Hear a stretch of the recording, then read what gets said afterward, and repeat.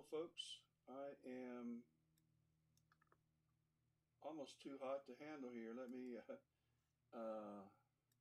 see if I can't figure out what's wrong with my light. There we go. Okay, you're looking at the moon. And I'm going to be imaging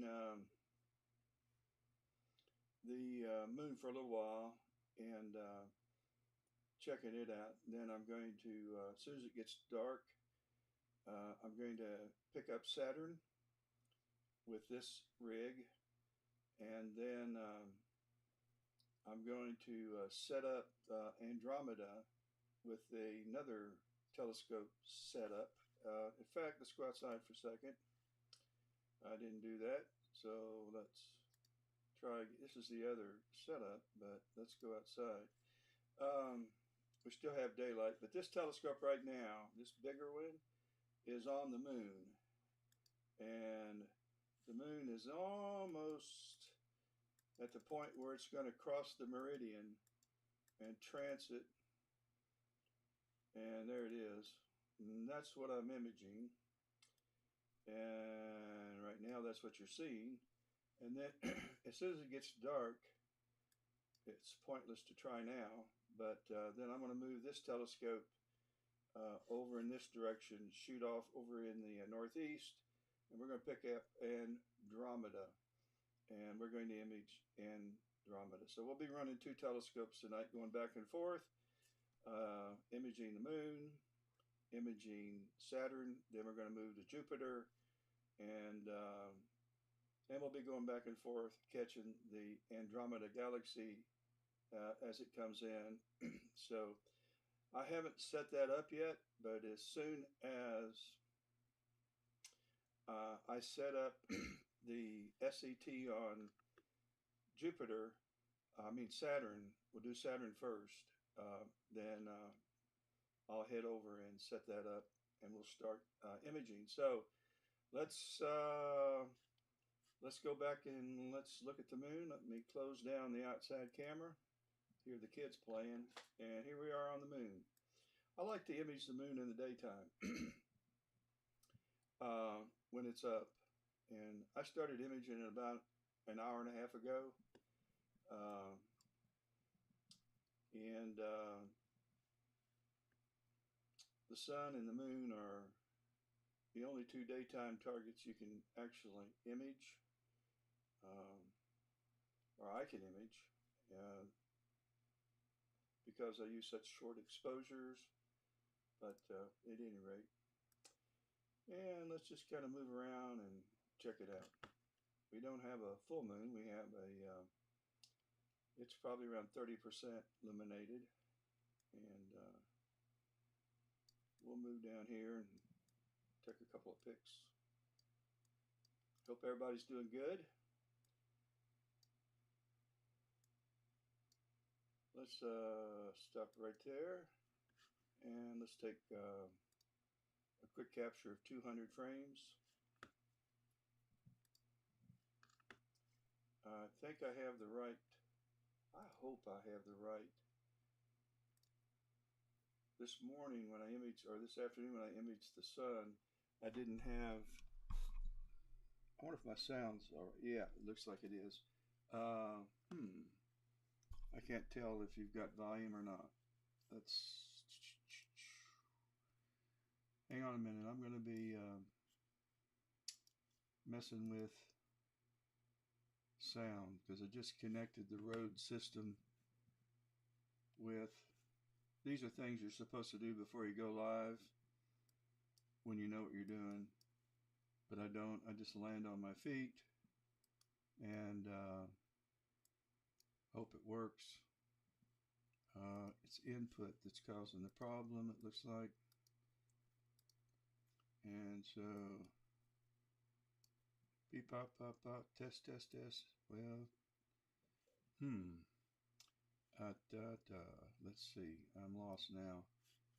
Let's go over to my Ecamm software, and let's bring up the mic. Yeah, we've got the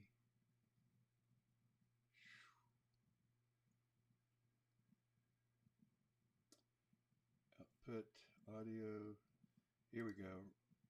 All right, that ought to pick things up a little bit. Maybe not. Yep. Nope. Nope. Nope. Nope. Test. Test. Test. Test. Well, it didn't.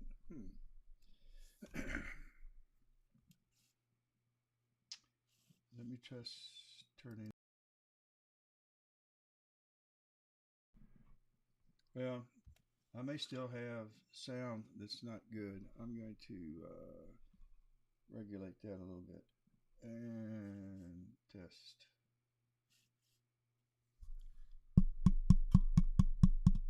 Test, test, test. I'm going to have to move this right in front of me. Let's try. See if I get some applause.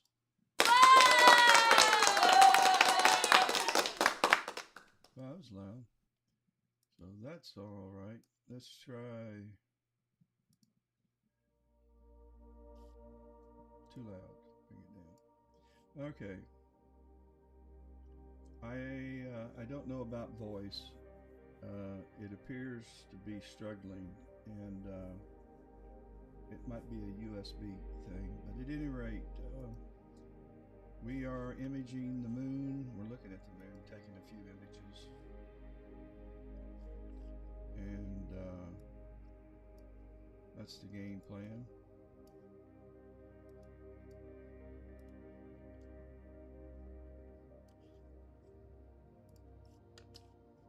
And we're about done right there, and let's move over. Let's go back.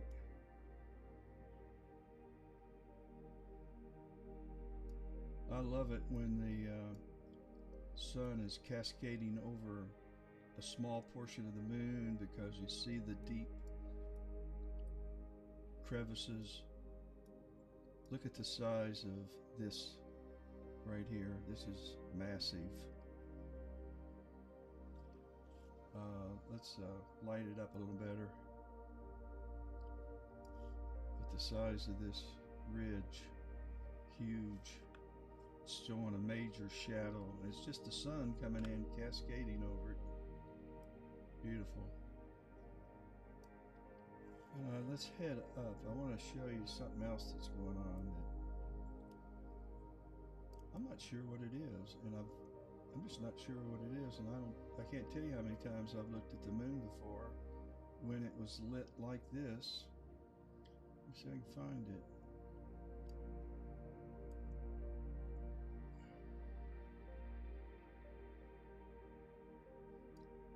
And I want to bring up, make sure we get over here.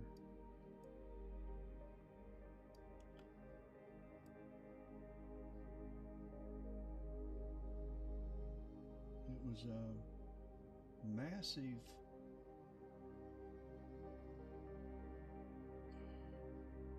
right here. Let me drop this exposure down a little. Look at the size of this plateau. These cliffs around here. I just don't ever remember seeing this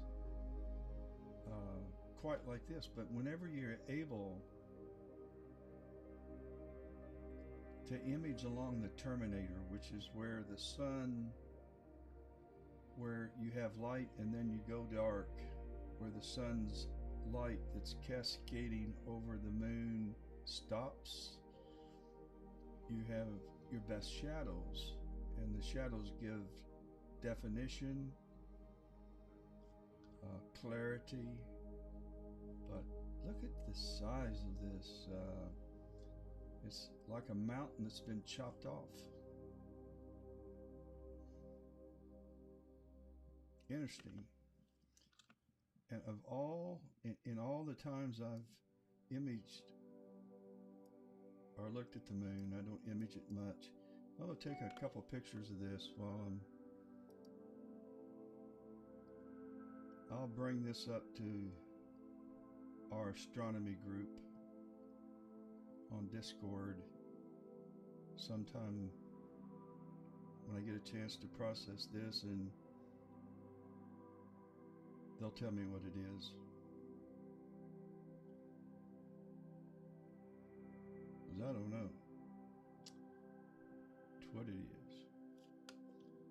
get another capture as soon as I forgot to change the cables on the external hard drive, so I'm having USB problems with that too.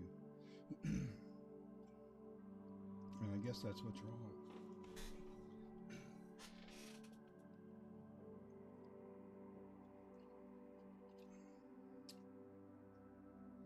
Another.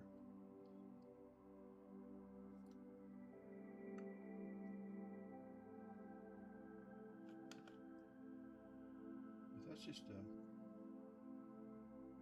big O something.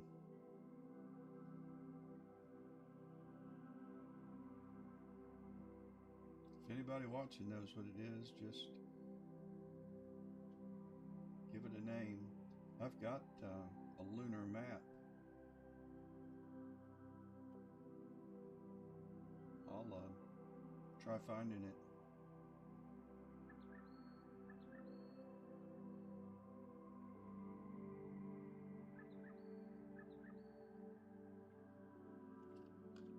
Okay, let's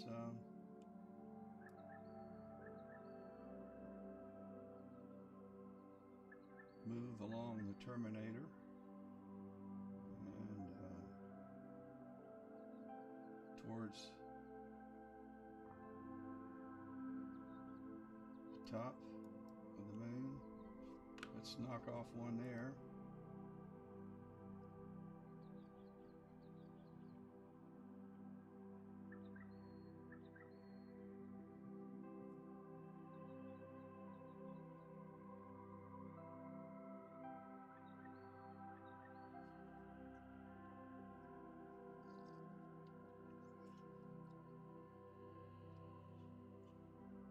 I'll make sure I started this. There's the moon as viewed through PhD 2. So it is about half lit. So it's about 50% illuminated. Is that right? Pretty close. Yep. Well, that'll mess up.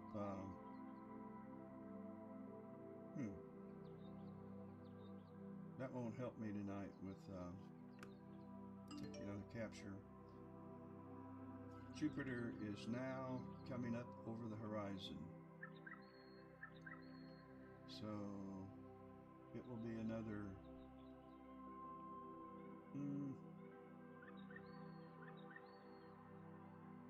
probably 7:30. It'll probably be another 30 minutes before I can pick it up.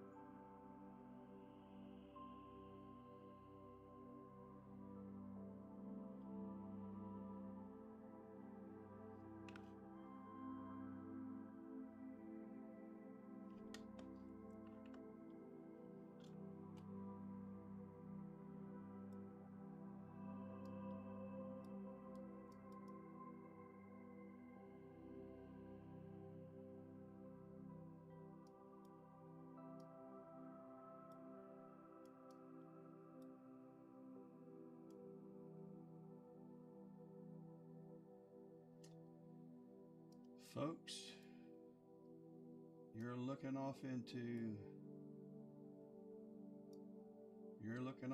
deep space beyond that moon.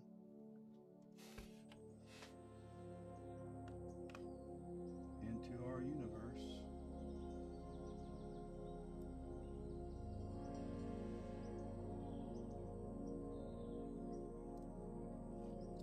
Let's capture another here.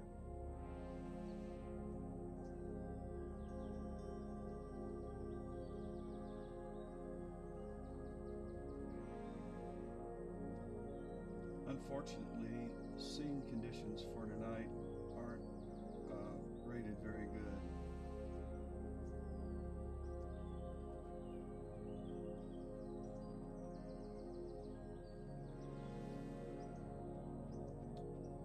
They just aren't. So let's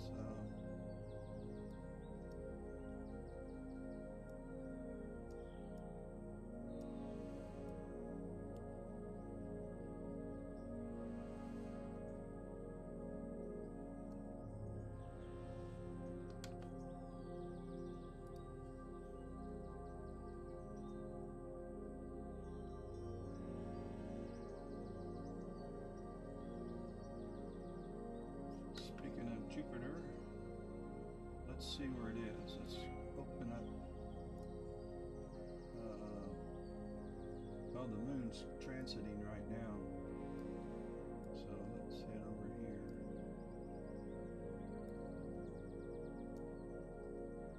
And here's Jupiter right here at the horizon. We got Saturn.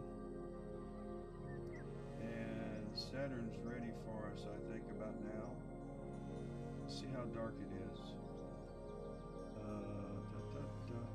Let's go outside.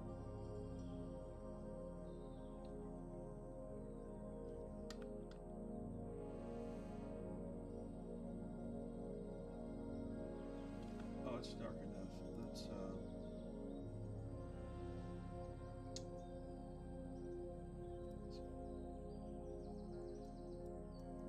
there's the moon.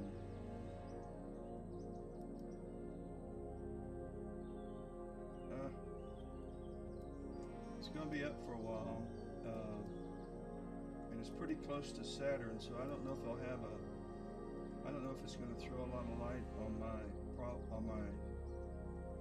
target or not. I'll show you the telescopes that I'm using. Turn on the outside light.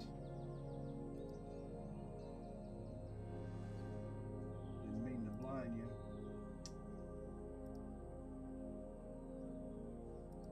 But this is the Smith-Cassegrain that's imaging Saturn. Looks like I got the dew shield on wrong. And then this is the Stellarvue wide field that's going to be imaging Andromeda. Hey Fulton. Yeah, I know. I've got I don't know what's wrong with the sound. I may just mute it. And this might be better. And I'm just getting rid of the road until I figure out what's wrong, and I'll just use the computer. Let me check up here. I'd like to get rid of this headset, and so I am getting rid of it. So I'm just using the computer's mic and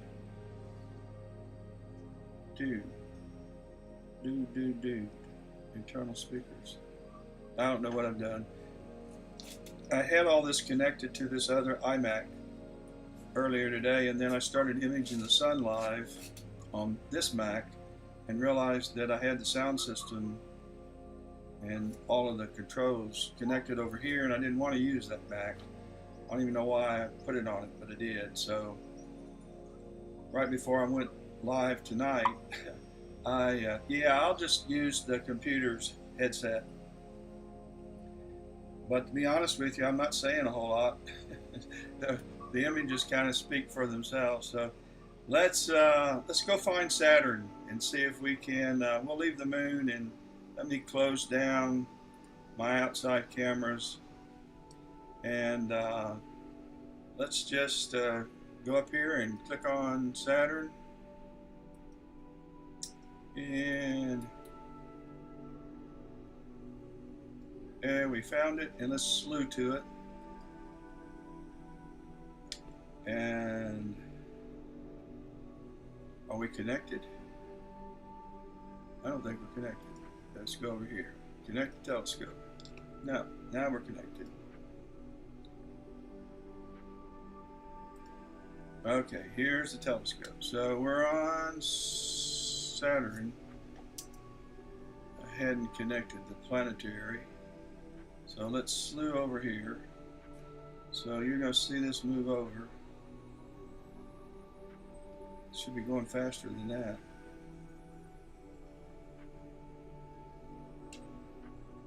There it goes. All right.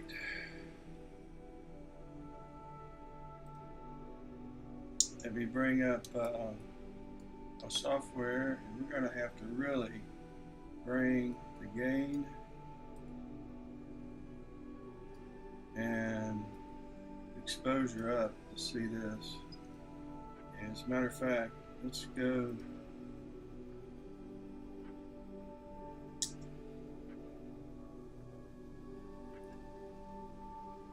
if we, I don't know if the telescope moved there or not. Now, let's go to about 1.5 seconds. Okay, yeah, there's Saturn. So let me bring up my bullseye, and let's move this telescope. Where is my hand controller? Where's my hand controller? Where is my hand controller? Hang on a minute. There it is. I got too many windows open that y'all can't see. So we want to go north, I think.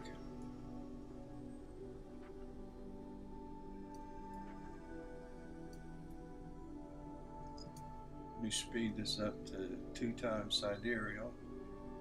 Get this thing moving. There we go. We got to be close to being in this window. There it is. Okay, now there's little Saturn.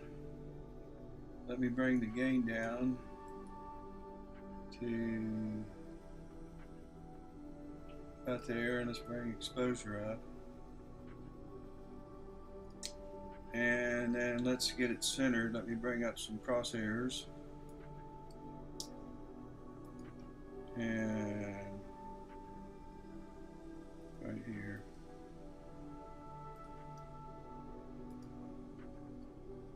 Alright, now that we got, let's see if we can't use this hand controller down here, because I don't know where the other one went. And so we want to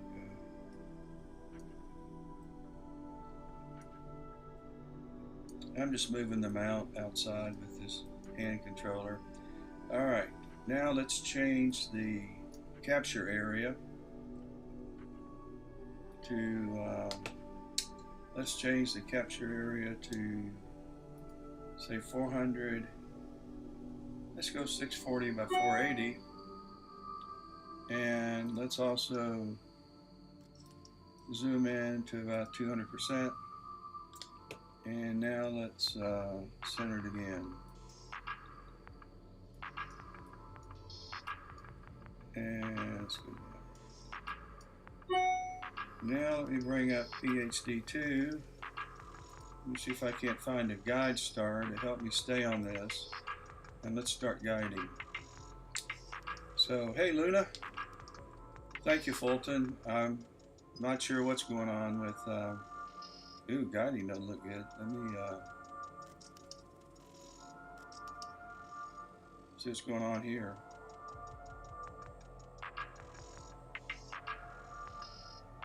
We're going to stop this. Let's pick another guide star.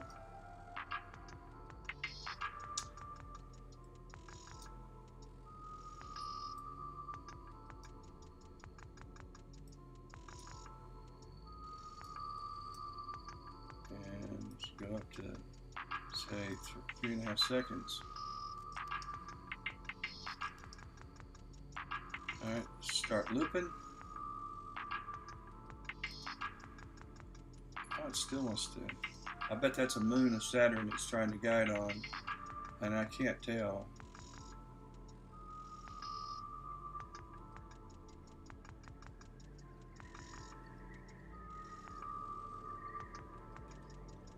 Deck is okie dokie, but my right ascension's not, it's going crazy. So I'm not sure what's going on. I may have a cable mess outside, so I'm not going to guide this right now. Let me go back to 2-second exposures, and let's see if we can't force another star. Guide on.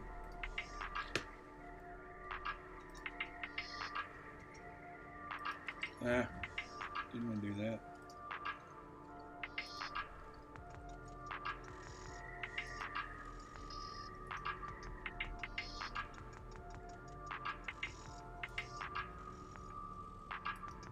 Let's see if we can find another.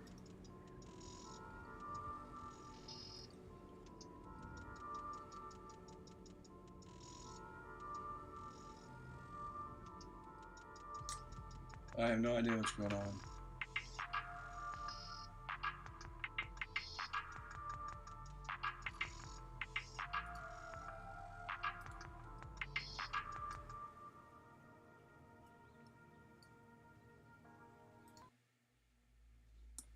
guiding is not good.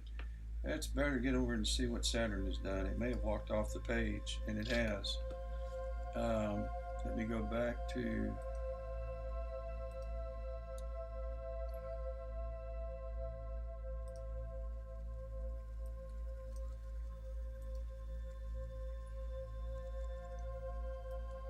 so we've lost it here. Let's see, let's move.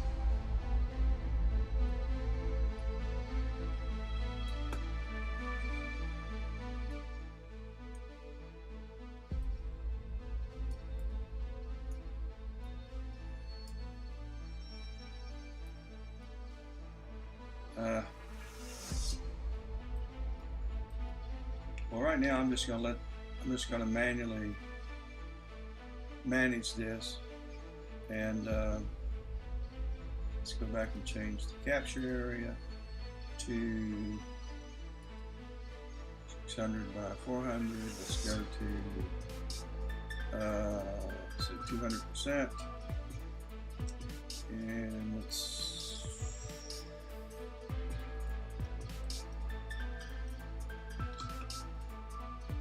Oh, I know it's wrong. I know it's wrong. I've got to set up the lunar tracking. Hang on a minute. I knew something was wrong. All right, let's go. Let me bring this up. Yeah, I'm on custom tracking. I need to go to solar with a periodic error correction. All right, I know it doesn't mean anything to you, but now I'm good. Took me a minute to figure it out. Let me see what my, hang on a minute. Okay, this is my periodic error correction curve. It helps to correct them out. All right, we're good now. Let's move this where I can get to it. And actually, that's not a good place. And let's scoot this over a little bit. Wrong way. In fact, let's get out of 2 times sidereal. We're moving in sidereal. And all right, let's see if I can't guide now that we've gotten out of. And let's go to Lupin.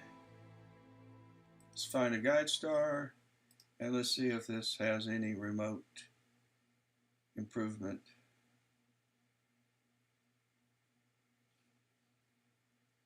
Start. Do this again. Guide. Now we're guiding. Yeah, we're going to be all right now. Okay. That is good. RA and DEC are behaving. It's not a good RMA right now, RMS right now, but I don't need a good RMS for planetary imaging. I just need some help when I leave. I don't want this thing to disappear on me when I leave and go over to the other telescope.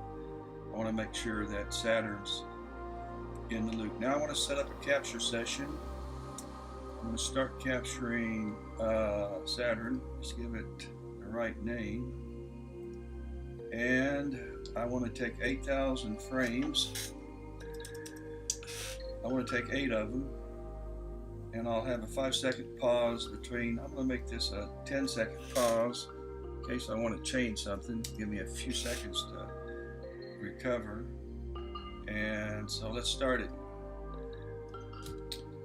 Okay, folks, we are imaging Saturn.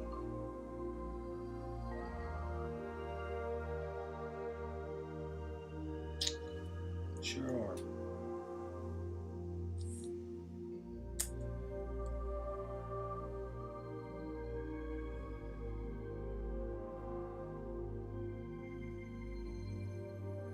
Make sure you like and subscribe, and anytime I'm going live, there's something about ringing a bell. I have no idea how to do that. I've never seen a bell on YouTube.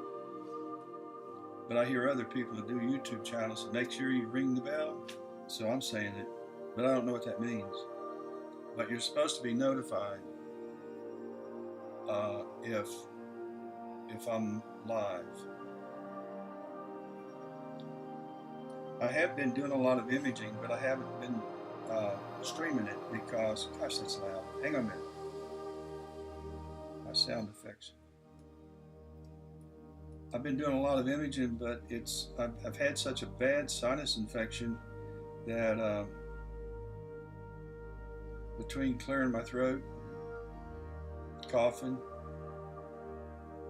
and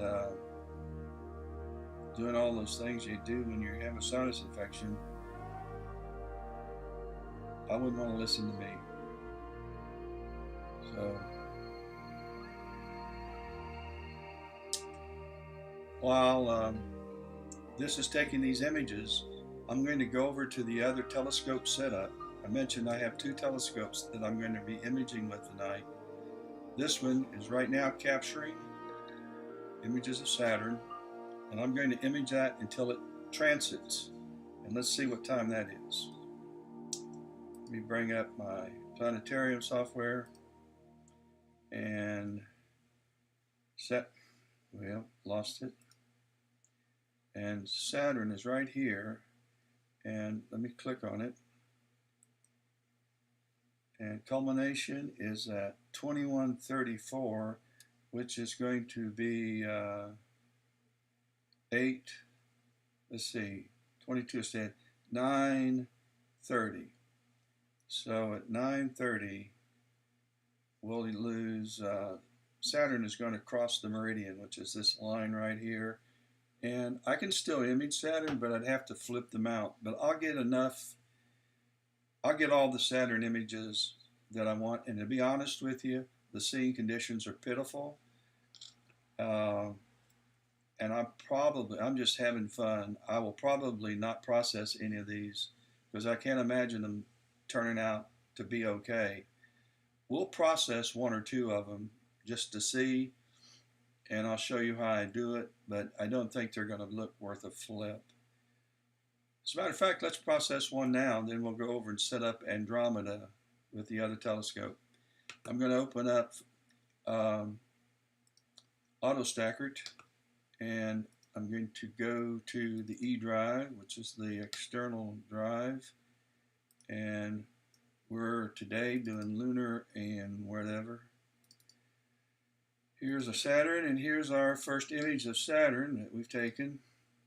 Oh, actually, we don't even have the entire image yet. So it's taken 8,000 frames, and we haven't finished. So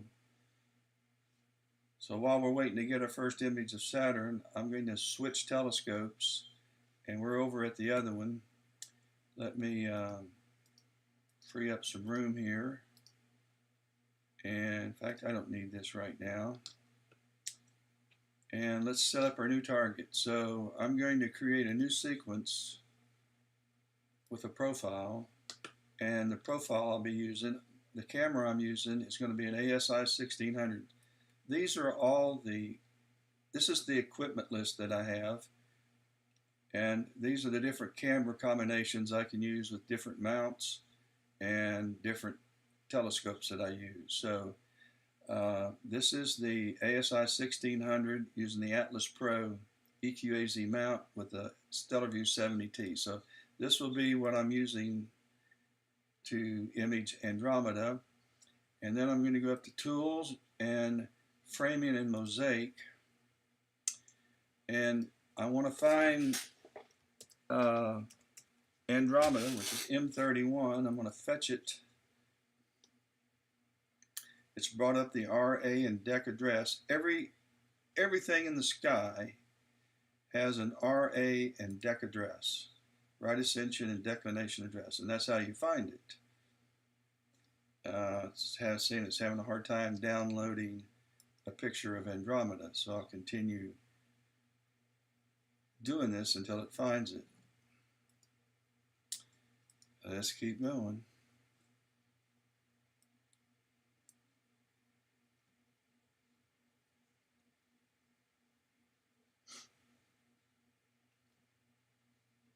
Found one. All right. Let me see what it looks like. I'm going to remove this box here by clicking up here.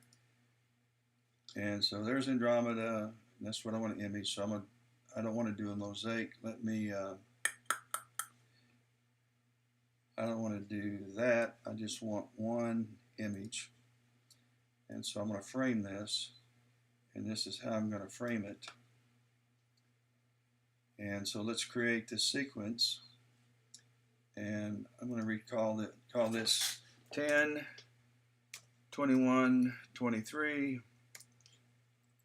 And this is going to be ASI.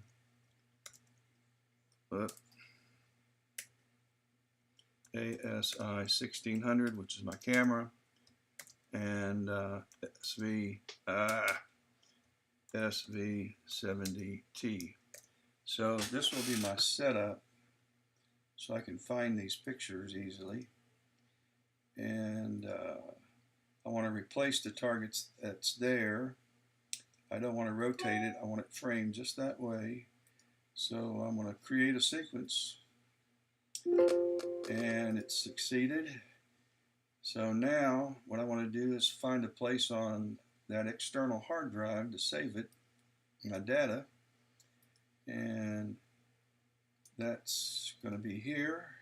Create a new folder, and we're going to call this, well, no, I'm just going to use what I just copied and paste that. And so that's where I'm going to save it.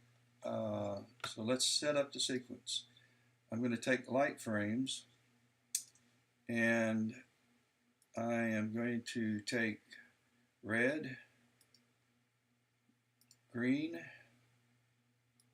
and blue filtered images on a mono camera.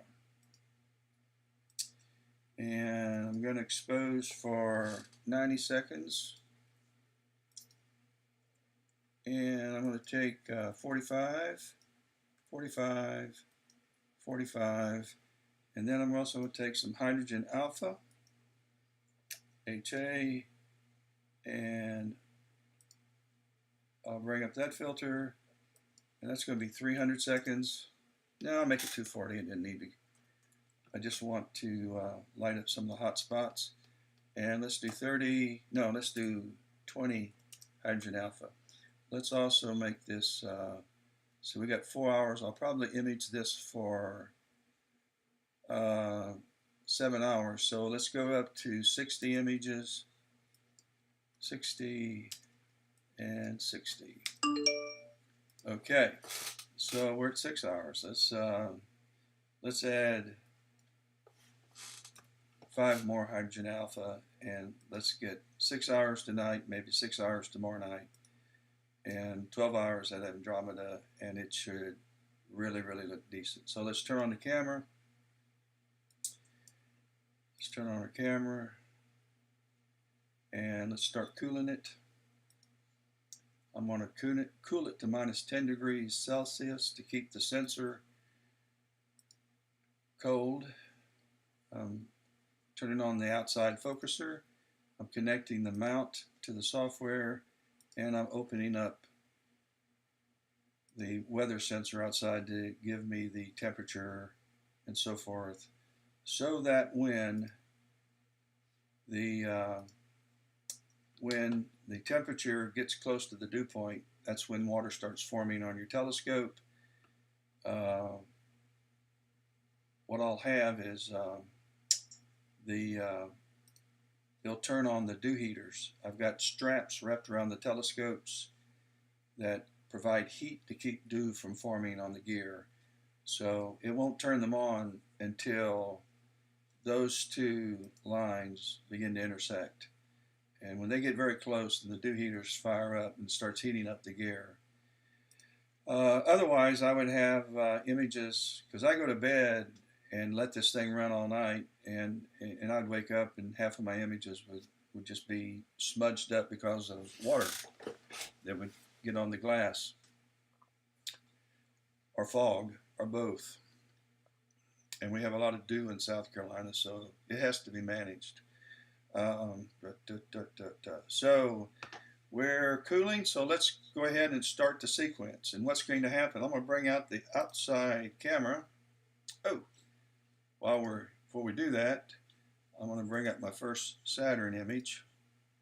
I'm doing too many things at one time. And I want to make sure I got planet, Laplace, robust 5. I'm going to go down to 4. Local, analyze. And it's going to analyze this. And while that's analyzing it, it's going to take a little while because it's an ancient laptop. I'm going to go back to my other telescope. And I am going to make sure, okay, let's run the sequence. Oh, I know what I want to do. I'm going to take the camera outside so you can see the telescope slew over to Andromeda. Come on, come on, come on, turn on, turn on. So the telescope's right here. So let's head over back to my gear and let's click on run the sequence. Yep. And let's go back outside. And then this thing ought to start anytime. It's getting all of the commands. But I better make sure I haven't parked the scope. It won't do anything if I have. Let's, run sequence. Filter with, hang on a minute, I haven't finished here. Let's see. I gotta bring up the blue filter. It's letting me know I'm about to screw up, and I haven't picked the filters. I have a filter wheel connected to my telescope, and I'll show you what's happening. And it has all of these filters, and it spins around and moves the filter as this thing goes from event to event throughout the sequence. So it'll start taking red. So now let's run the sequence. Yep, we're ready to go. And let's go. Whoops, something else happened.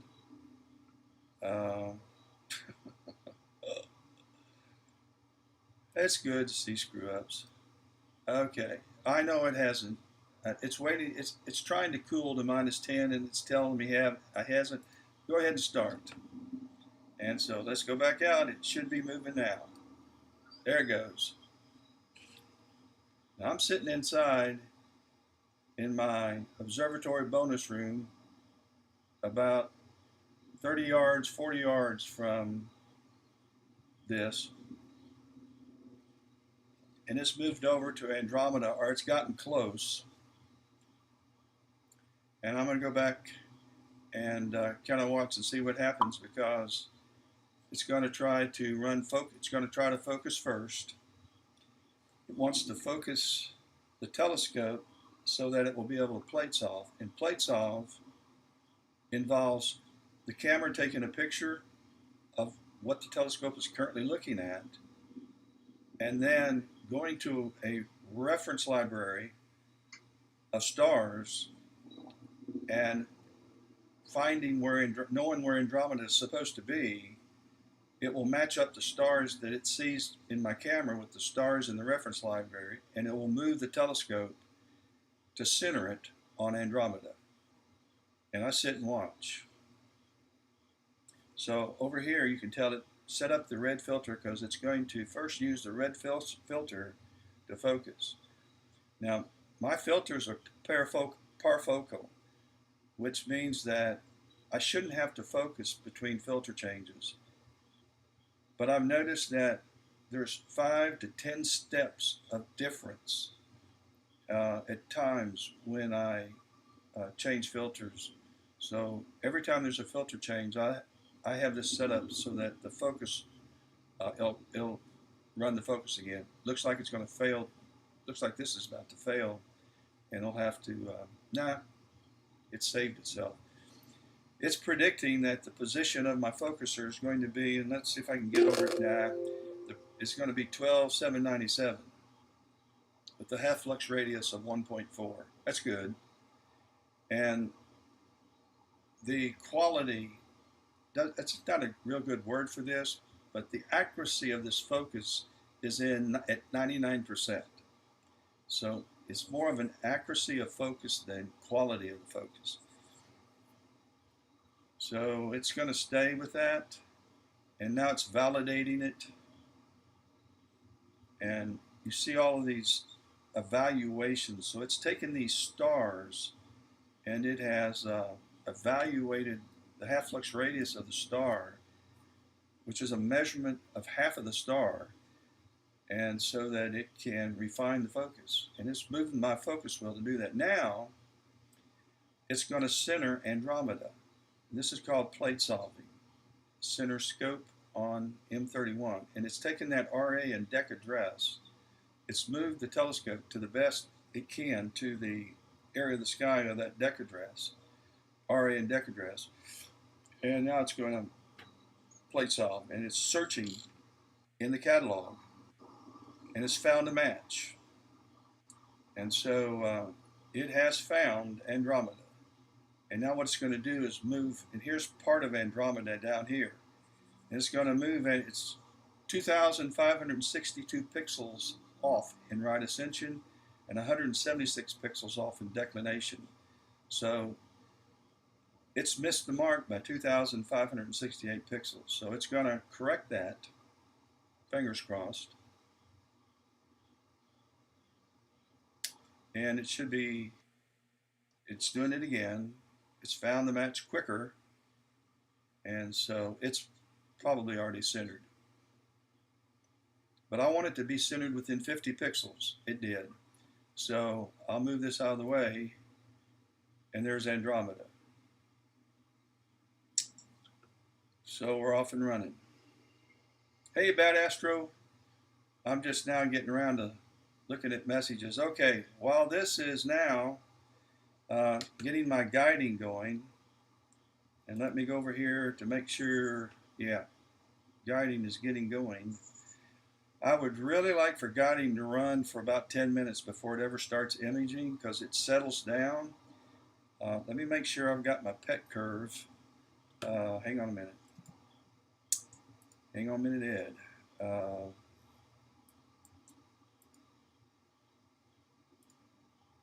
Okay, let me, okay, I need to enable periodic error correction.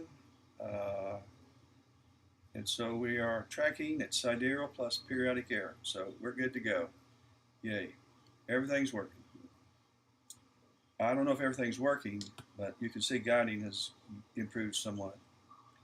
Okay, let's now head over to the other telescope where we are working on Saturn. Let's make sure Saturn is still, it's moved, but that's okay.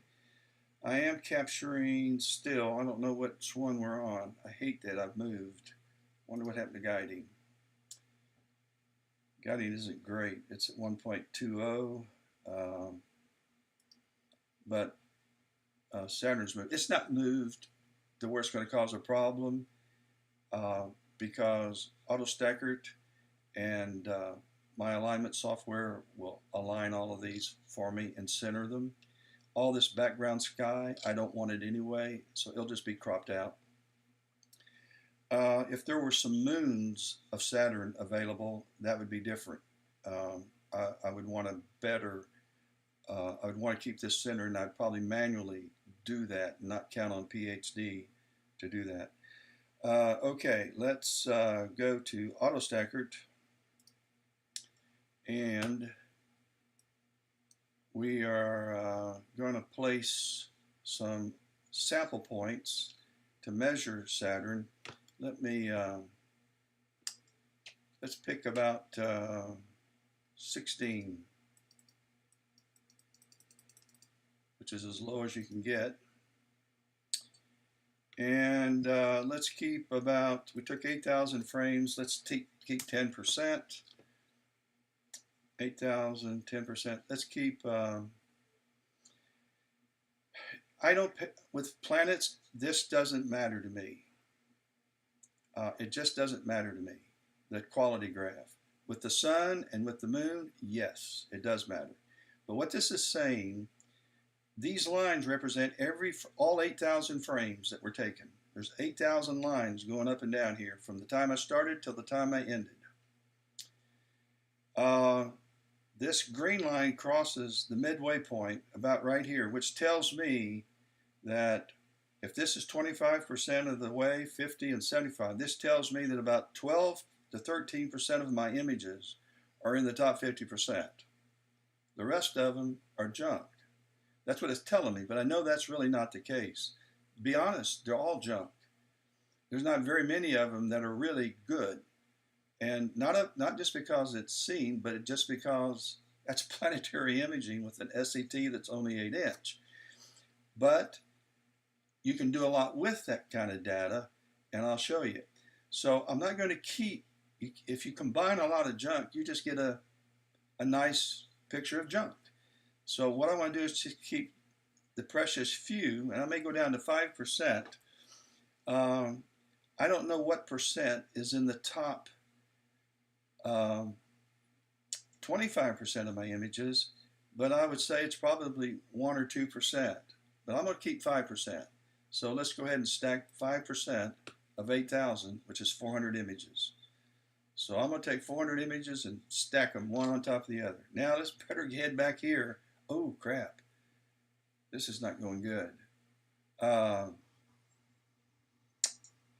Guidings. Well, let me change. I'm guiding at 1 second. Let me go up to 3 seconds. Let's reset this. Let's clear this out. I also need to turn off these outside cameras because that's infrared light that's lighting up the area. It doesn't bother the telescopes. It just drains my battery. And those are solar powered, so let's see if this improves any. Yeah. I'm actually going to, yeah, I'm at 3 seconds, good. Okay.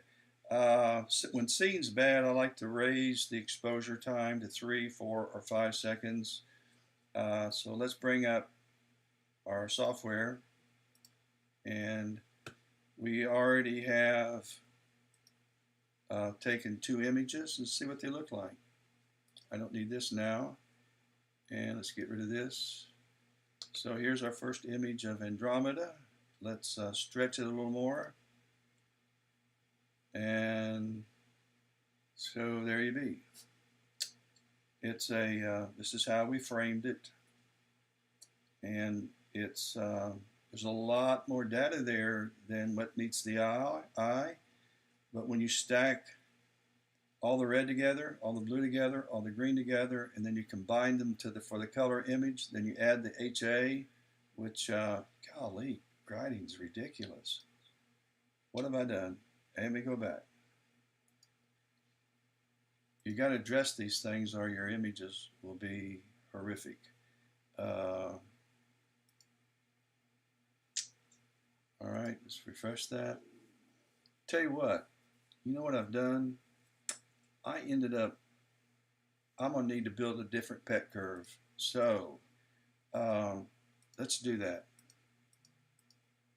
I'm going to, let's do that now. Let's go ahead and build a different pet curve. Let me, let me just get rid of this pet curve. And we're going to kill it. And now we're going to start another one. Start recording. And what I'm going to do is I'm going to record the performance of the gears in the mount, because these mounts are geared well, but they have a lot of slack. The gears start and stop, and they don't start and stop precisely instantly. There's a little we call it backlash. And so what I'm doing is I'm measuring that by recording about 5 cycles of the worm gear, which takes about 8 minutes for a cycle. So I'm going to record about 5 of them, average that out. Well, software is going to do that, average that out, and then what it can do, it can send those corrections to the mount before they happen. PhD, the guiding software, makes corrections after it's happened. Periodic error correction kind of corrects the mount performance before it happens. It's a big difference, and the combination of the two can be helpful. A lot of people say you shouldn't run both, but you can, because I do.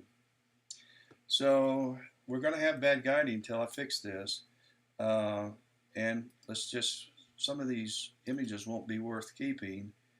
The stars will be either bloated or oblong. So far that looks fine, but at any rate, let's head back over now to Saturn, and And so our image is finished here. And hey, Corin, back with me. Been a long time since this morning. Corin's my buddy. He lives in the UK. He's in London. It's been raining since, I guess it's been raining since the Armada, 1066, Battle of Hastings. But that's the UK. All right, here's here's Saturn. Let me reset these this crosshair because this is where Saturn should be. I've been capturing images of Saturn if you just joined me, and I'm going to process one now just to see. I'll show you just how bad the seeing is. So let's go over to, you know what, I may not be able to. Let's bring up Registacks. I was going to use IMPPG, but I'll use Registacks. It works.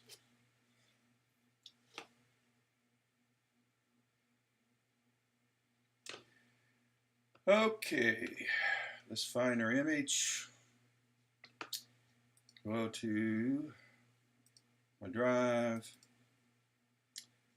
Open up the folder, which is today, Saturn. And it created a folder called AS for autostacker dash P for percentage 5%, and that's the percentage of frames that I kept out of 8,000. So here, I don't want to stretch it, here is our image of Saturn. Let's, come on, where'd you go? All right, let's show the full image. Now I want to bring up RGB color balance, and I want to do an automatic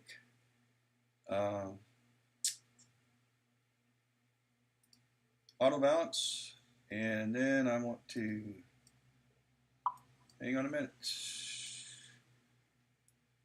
I want to bring up, need to add a little light, see if we can brighten it up some, and then I'm going to load my scheme that I use, which is for Saturn.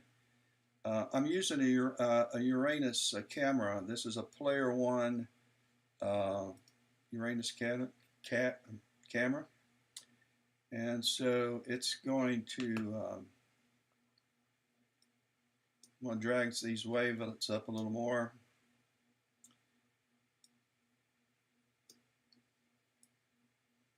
Sharpen this some up.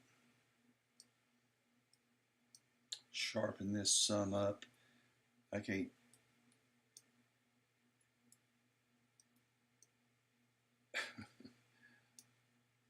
I talk redneck. And let's see how that's looking.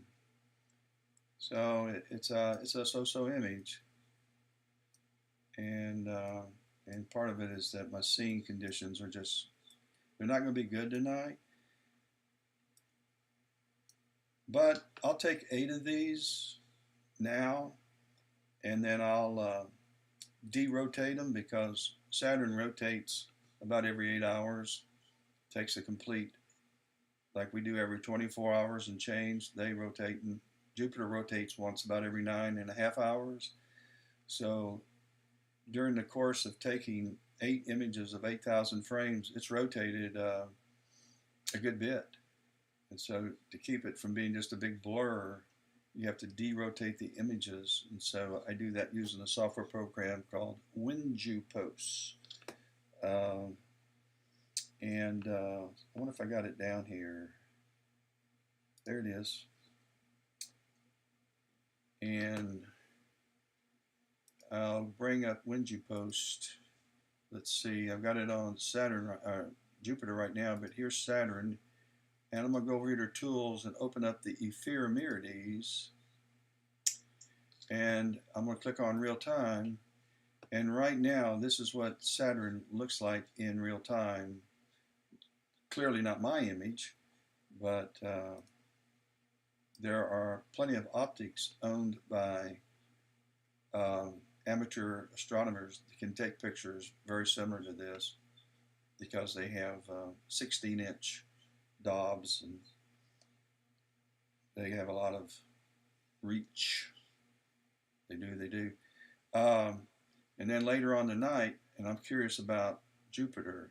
And so what I want to do is shut this down. I want to pick Jupiter, and I want to see if the great red spot's going to be imageable tonight. So I want to go. This is where you derotate your images, by the way. Broke it up. Yeah, fear me. Oh yes. Okay. We got real time, right? Oh no, no, no, no, no.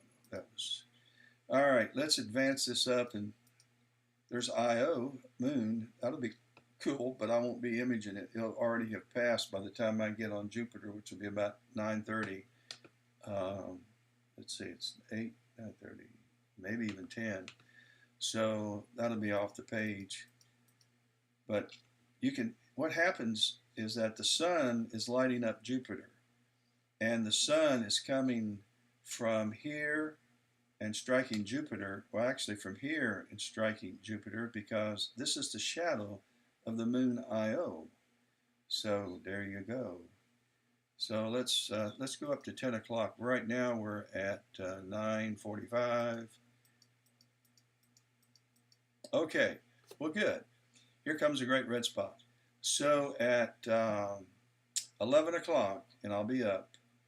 I'll start imaging. I'll be taking pictures of image. I sure hope the seeing conditions get better, and I'll image the great red spot. This is the big storm, and yeah, that's good. You don't always get a chance to get it during the night. Sometimes it's on the far side. Uh, During the hours I'm up imaging it, and so I don't get it. But I'll be able to get the whole thing. And so it'll be 2 o'clock when it's off in local time, 5:53 in universal time. So yay. I wonder where Jupiter is. We better go find it. Okay, we're guiding. It looks like it might be a little better, and then a lot better. But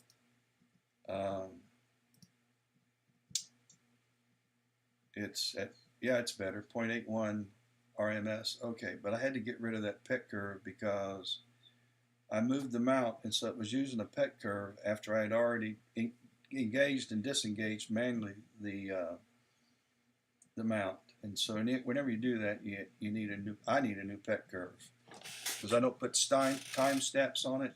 I haven't figured out how to do that yet, and it doesn't matter. I'll just create a new pet curve. So they're easy to do. Ah, yes. Okay, so we're on, yeah, 1066. Yep, Battle of Hastings. Sure has, Corin. Okay, Bad Astro from Roper Mountain Astronomy. Are you imaging tonight?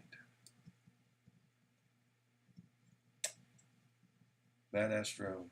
Let's see, let's go back to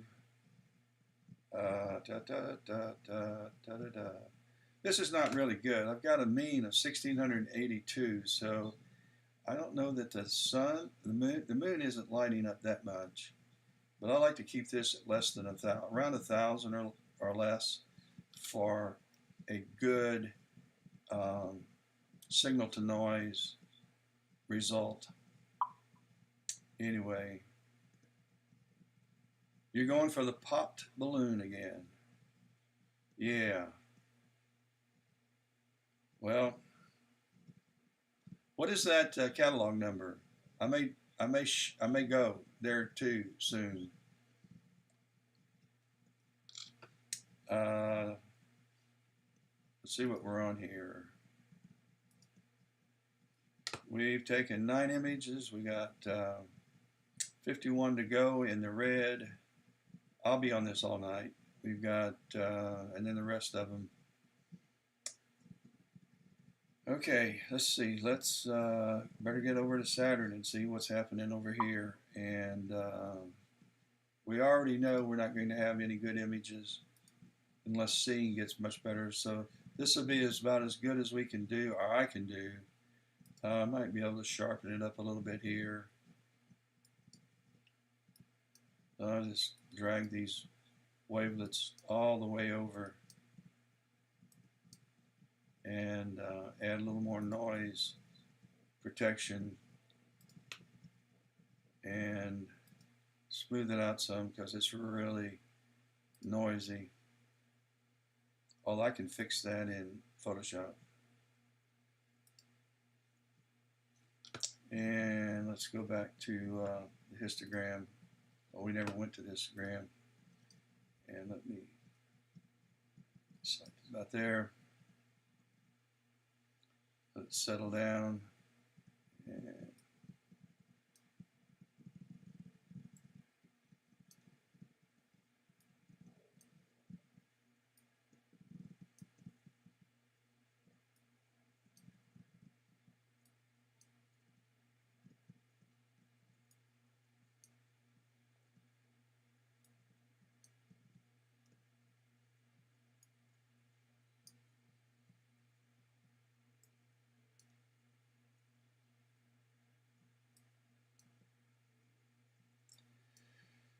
I don't know.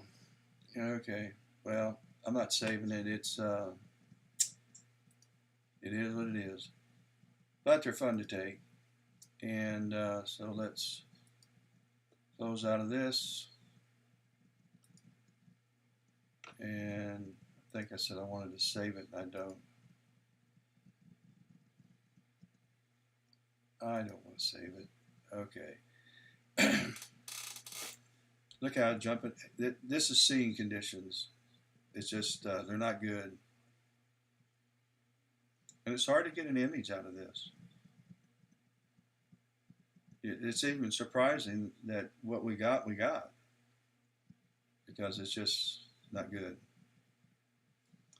I am going to, let's see.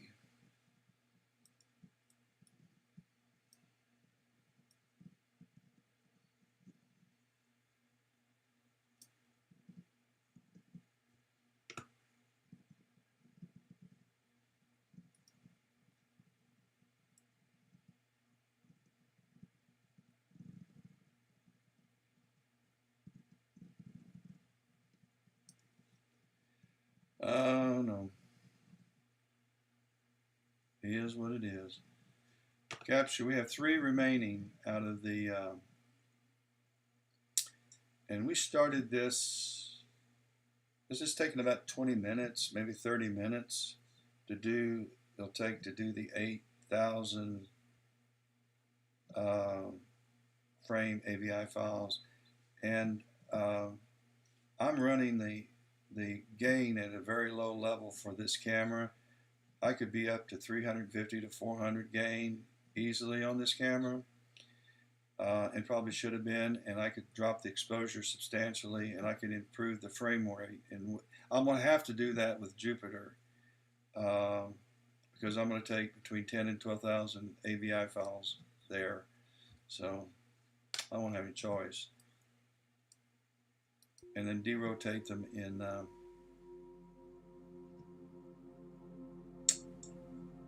WinJuPost.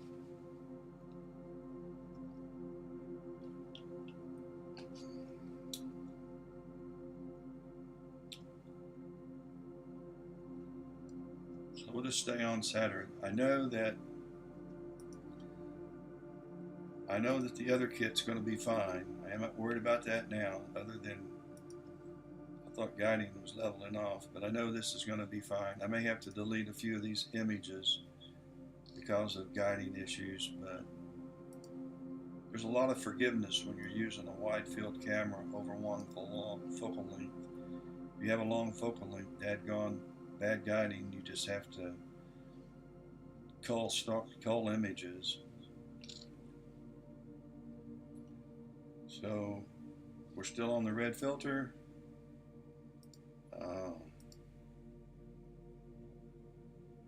And we'll just stay with the filters here.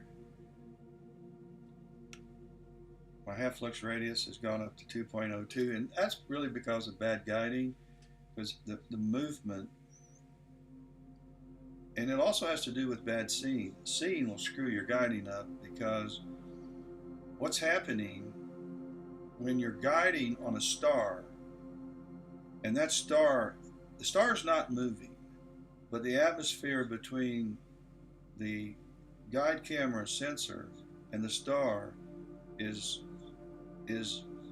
has a lot of movement to it. There's a lot of interference, atmospheric turbulence, tra- um, from heat coming off of rooftops to just different layers of atmospheric issues between here and when you get out of our um, when you get out into deep space where you don't have those problems. So the star is moving, and then PhD's trying to correct that. Well, it doesn't need to make a correction.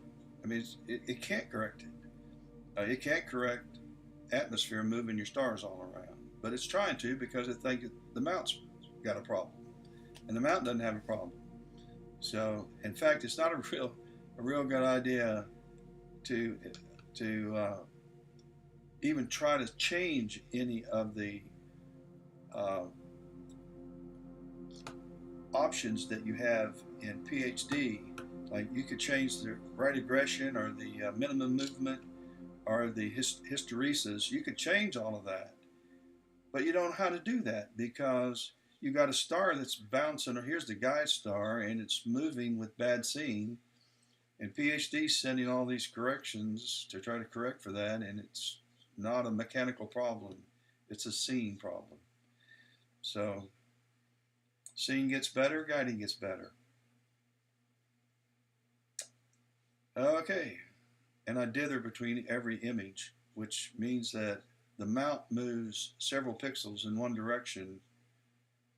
After I take deliberately, I move the mount a couple of pixels randomly, and that's a way of mitigating noise in your image, because if you move the mount and you've got issues with your sensor, the sensor moves with your telescope, but the stars don't.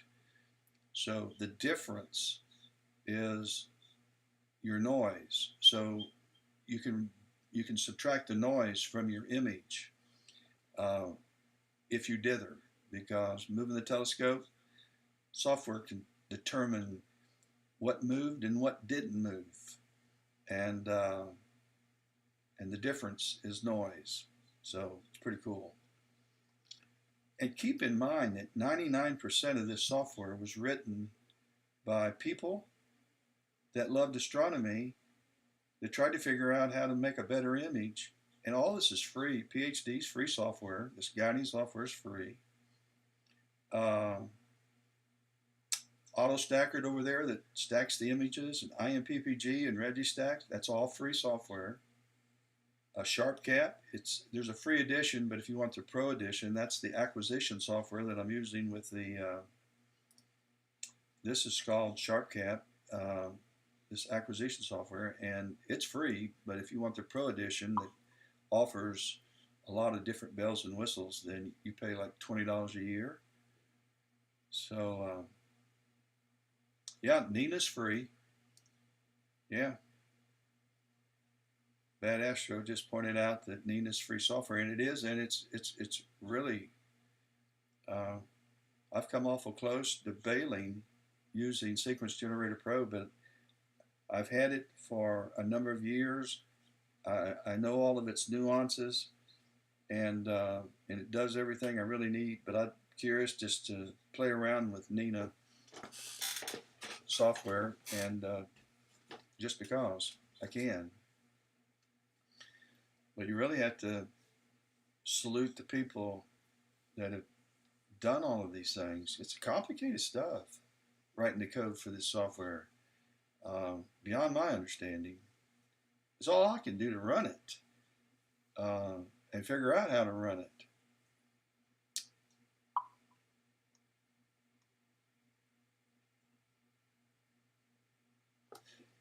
Yeah, and that's kind of the same way with Sequence Generator Pro. It's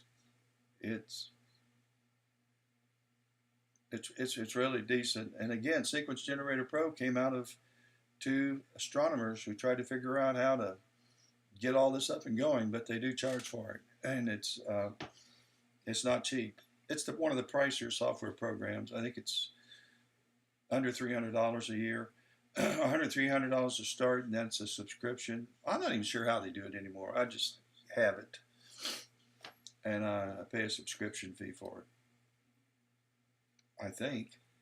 Or do I pay for it once a year? I don't know what I do. I got it though. Seeing's gotten a little better, and you can almost make out the ring in front of. It's not good, but it's a little better. And I bet if I go over here to guiding, it's gotten a little better. Just guessing, it's gotten a little better over here. Yeah, I'm at 0.86 now. So seeing gets better, guiding gets better.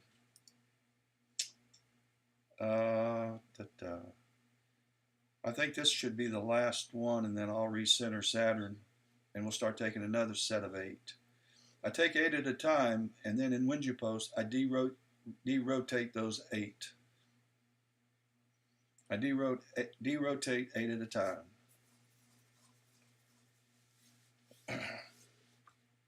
Wonder where Jupiter is right now. Let's go over to this planetarium software and type it in.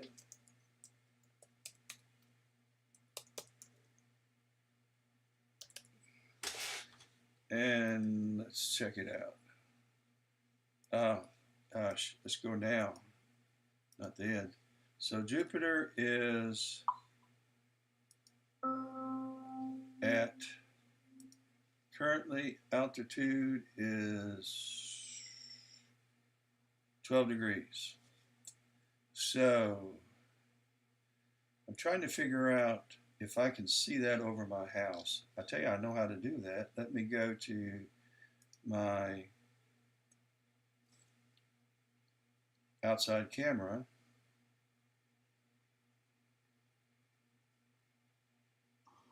And let's turn off this light because that'll get in my way, and stay off.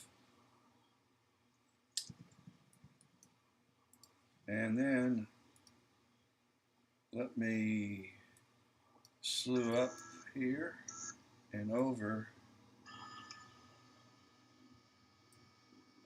Oh, there it is. There's Jupiter right here. That's Jupiter. Bingo. So let's see. My camera's up on the top of a fence, and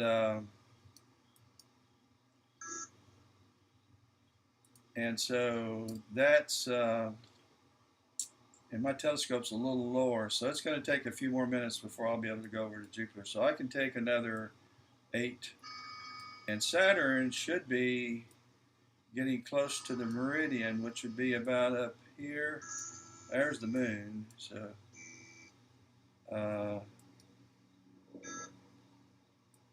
there's Saturn. Here's Saturn right here. Bingo. So there's Saturn. And the moon, I'm surprised the moon isn't throwing some light on it. And Andromeda is about, well, I went too far. Andromeda is higher than my camera's going to go, but it's up here, up in here. So, in fact, if you look at,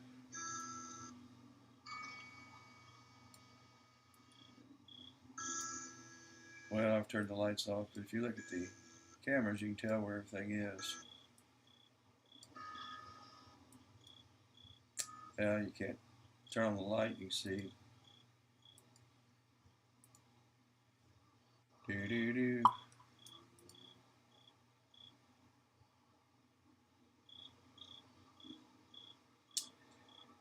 On Andromeda, I am, just one second, I'll show you.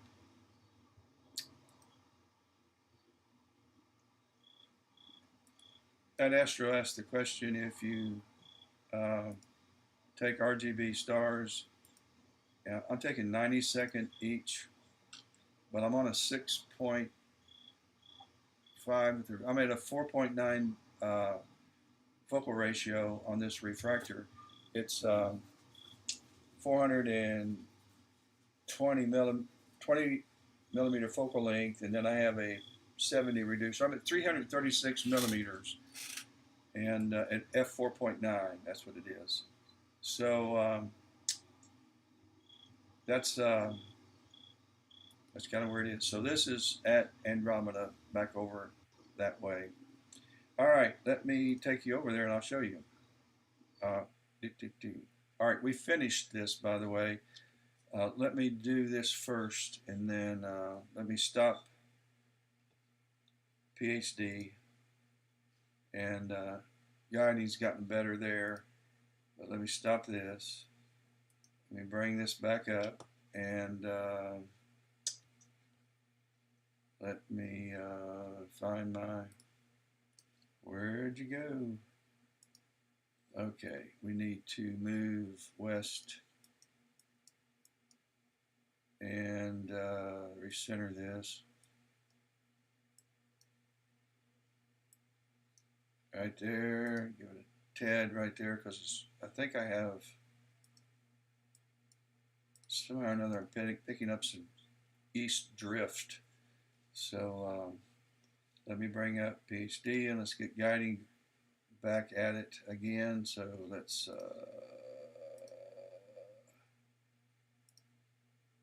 we're going to continue guiding, but I'm going to 3 seconds because I do know seeing is ridiculous. And so let's bring this up. Dad, got it? And already I'm going to have to stop guiding again. So it bumped up the RA up. The RA had already shifted down, and it bumped it up again back where it was. So I'm actually going to have to completely fool this. I'm going to have to disconnect PhD because it's got a memory, and let me start it back up again. Or otherwise it's going to do it again. So let me come back up, and we need to move west. I don't even know why I'm doing this, because the images aren't going to be worth a flip with this bad scene. So, but it's fun. All right, let's clear this out. Let's find guy star. Oh, we have a different guy star. Whoa. I don't know how this is going to go. Surprise, surprise. Oh, it's going to move it again. Daggone it. I'm back over there again. All right. Bear with me. I do want to center it before I start. All right, let's do this. Let's cheat.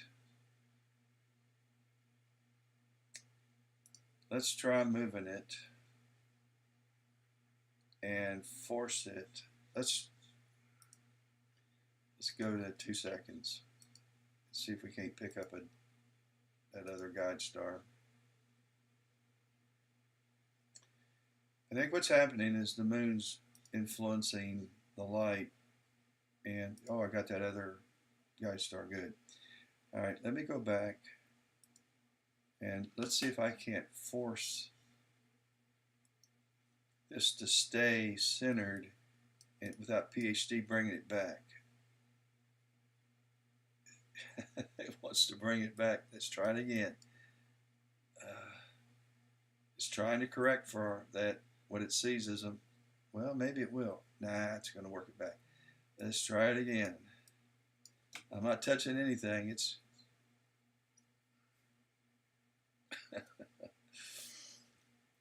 so the graph's showing all these movements that I'm making. Oh, all right, let's stop it one more time. And let's, ooh, that's better. I can live with that almost. All right, let's bump it there. And start looping.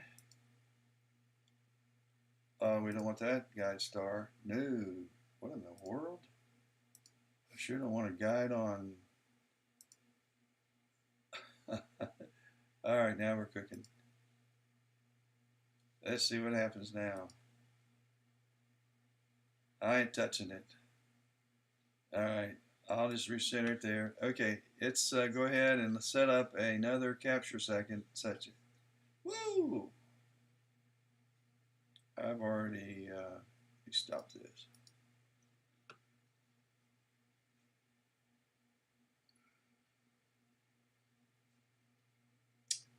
All right, let's start again.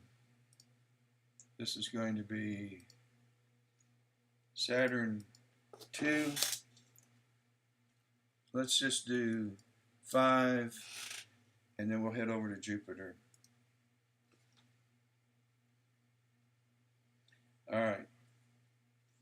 Now let's go back to that Astro's question. All right. So what I did,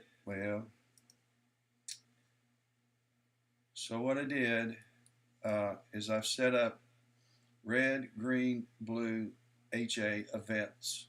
And right now I'm on the red event. I'm taking 90-second exposures. I'm going to repeat it 60 times.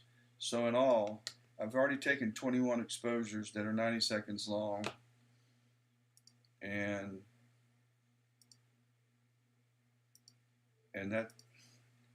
that's what you get. Okay. Then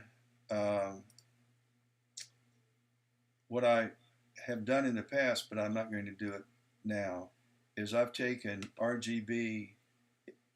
Also, I'll add another sequence of red, green, and blue and make it only like 10 seconds. And so what I do is I image just for the core of Andromeda, because the core is always blown out at 90 seconds. It's blown out at 60 seconds or 45 seconds. It's blown out. You just about have to take a 3, 4, or 5 second image in order to be able to resolve detail in the center of the galaxy.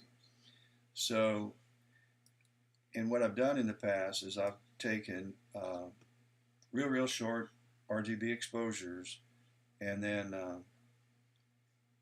render an image with just those exposures and then blend those, paint that in, or brush that in Photoshop as a layer after I've processed them both. And I sometimes use those just for the stars because they do make, those short exposures make perfect star images. So the best way to get a real good sharp image, and I'll show you my best one ever of Andromeda. I think I can. Let me go. Let me bring up. Let me find a clear page here that I can go to, and go to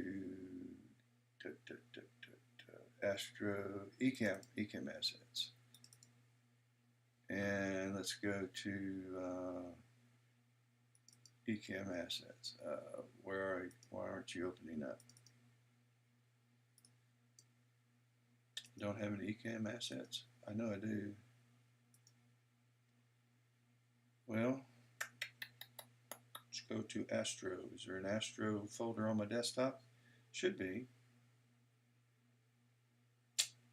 I keep that picture of Andromeda as a baseline because that's the way I want all of them to look. And I've imaged it every year since 2009, probably in that neighborhood.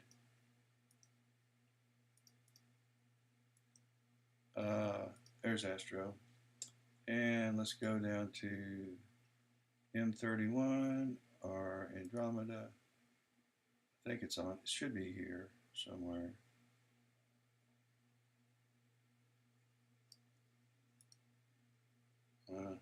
It's another bad. Well,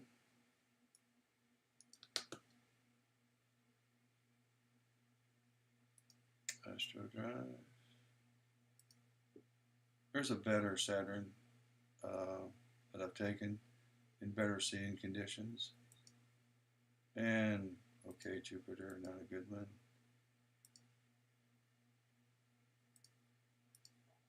Well, Sugar.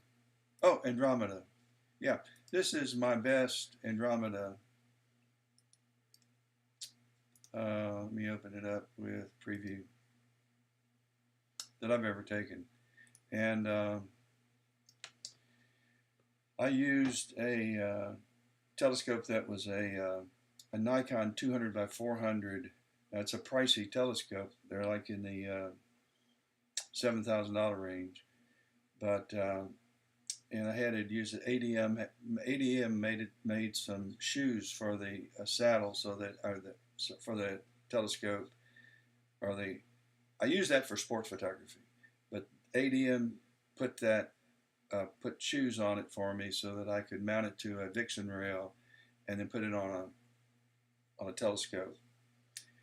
And this was taken with a DSLR, a Nikon D800E modified, and that's what took this. And it was a combination of I don't remember it. I don't. It's a combination of short exposures combined with longer exposures, and it was one of the first times I ever imaged Andromeda, and I haven't been able to duplicate the color. I didn't have HA back then. It's just a one-shot color camera, but it was, in my opinion, one of the best. I've got problems over here somewhere with guiding. That was that noise. Ooh, goodness gracious. This is guiding off of Saturn. No, this is guiding off of my, this is where I'm running the pet curve again.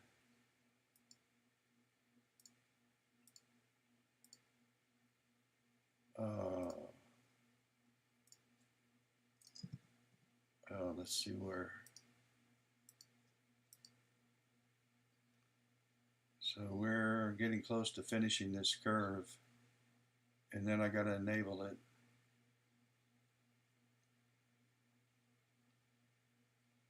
Okay, we're at 2339. We got to go to 2395. This is 5 turns of the worm gear.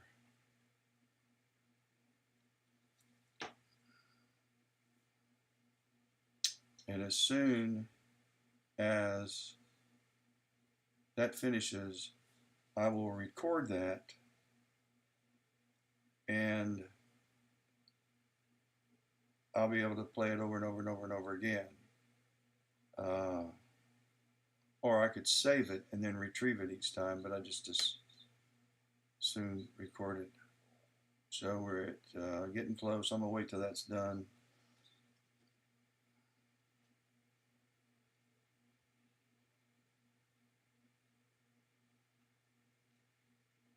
Okay, we are almost finished. There's my curve. All right, I'm going to enable, no, I'm going to record periodic error correction, and it's now training. So what it's doing, it's recording this, and it will eventually, you'll see 2 lines eventually, a green line and a red line, and when they come together, a complete worm cycle will have been recorded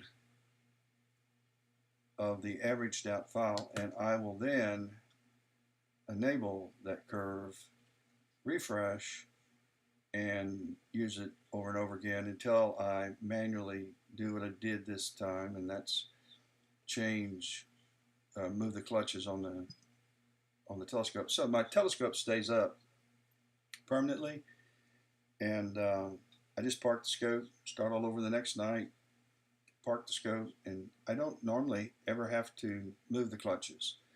So that's that. It's going to take it a while. I'm not going to work with it right now. I need to find out what that noise was. So it may have been over here on Saturn. Nope.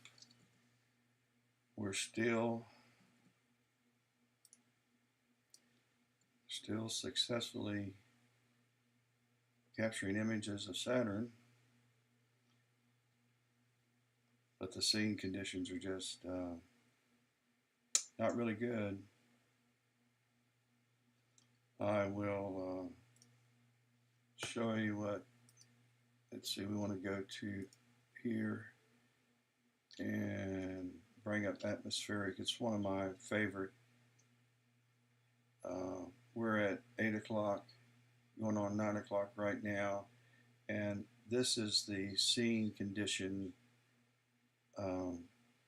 It tells me that it's below average, so our scene is below average, and this is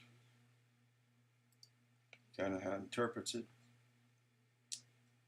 And we got dark skies all the way up until 2 o'clock in the morning. So I may see how many hours am I imaging Andromeda? 1, 2, 3, 4, 5. I may not be able to get it in because I'm gonna have clouds sometimes around, sometime around 3 or 4 o'clock. Let's bring up this software and let's take another look. See what it says. It says that I'm good with dark skies all the way up to, yeah, around 4 o'clock. Then I'm going to have about 16% clouds. So it'll be my luck that they'll hover right over Andromeda. Okay, just as long as there's no rain. Let me go back to this. And let's see how good or bad guiding is. Guiding is actually better here at 0.68 than it is over at where it really needs to be good. Where I need good guiding is over here, which is 1.35, which is, it's not good. So let me see what time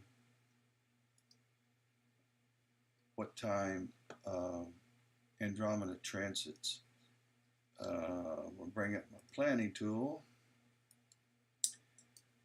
So we've got, it's going to transit at 12:14. That means it's going to cross the meridian at 12:14. So I've got 1 hour, we've got 1 hour, 2 hours, 3 hours, 4 hours, 5 hours, 6 hours, 7 hours to 4 o'clock.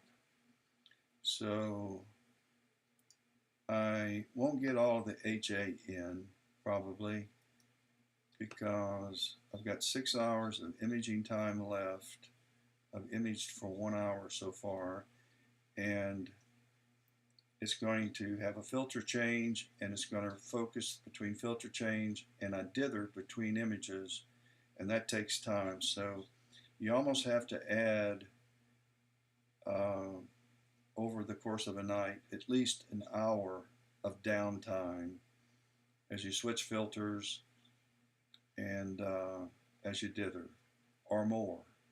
So I need probably close to 7 hours of time to get 5 hours and 27 minutes worth of images. So what's going to probably happen is I'll get 13, 14, 15 HA, and I can work with that. I like to get at least 15 because the PixInsight software that I use likes no less than 15 in the weighted batch processing script, and which just means I have to, if I don't get 15, I have to manually run calibration on HA and registration and integration. I have to do that all manually. So I don't want to do that. So I'd like to get, but I'm going to do this over a couple of nights. I think we have tomorrow night too to image. So as long as I get 15 in, I'm happy. That's enough data at 240 seconds in hydrogen alpha to put the bright red new forming stars. That's what I want to see in Andromeda, is the formation of the new stars that HA reveals. You don't get that out of the RGB, because those new stars are burning hydrogen like it's going out of style, like our sun, I guess. I assume that's why I'm seeing that light. Okay, let's See what the actual image, my mean is coming down, which is good. It's because it's getting darker and the telescope's shooting through fewer layers of atmosphere because it's going towards the zenith. The higher in the sky my telescope goes, the better the images. Let's do a high stretch.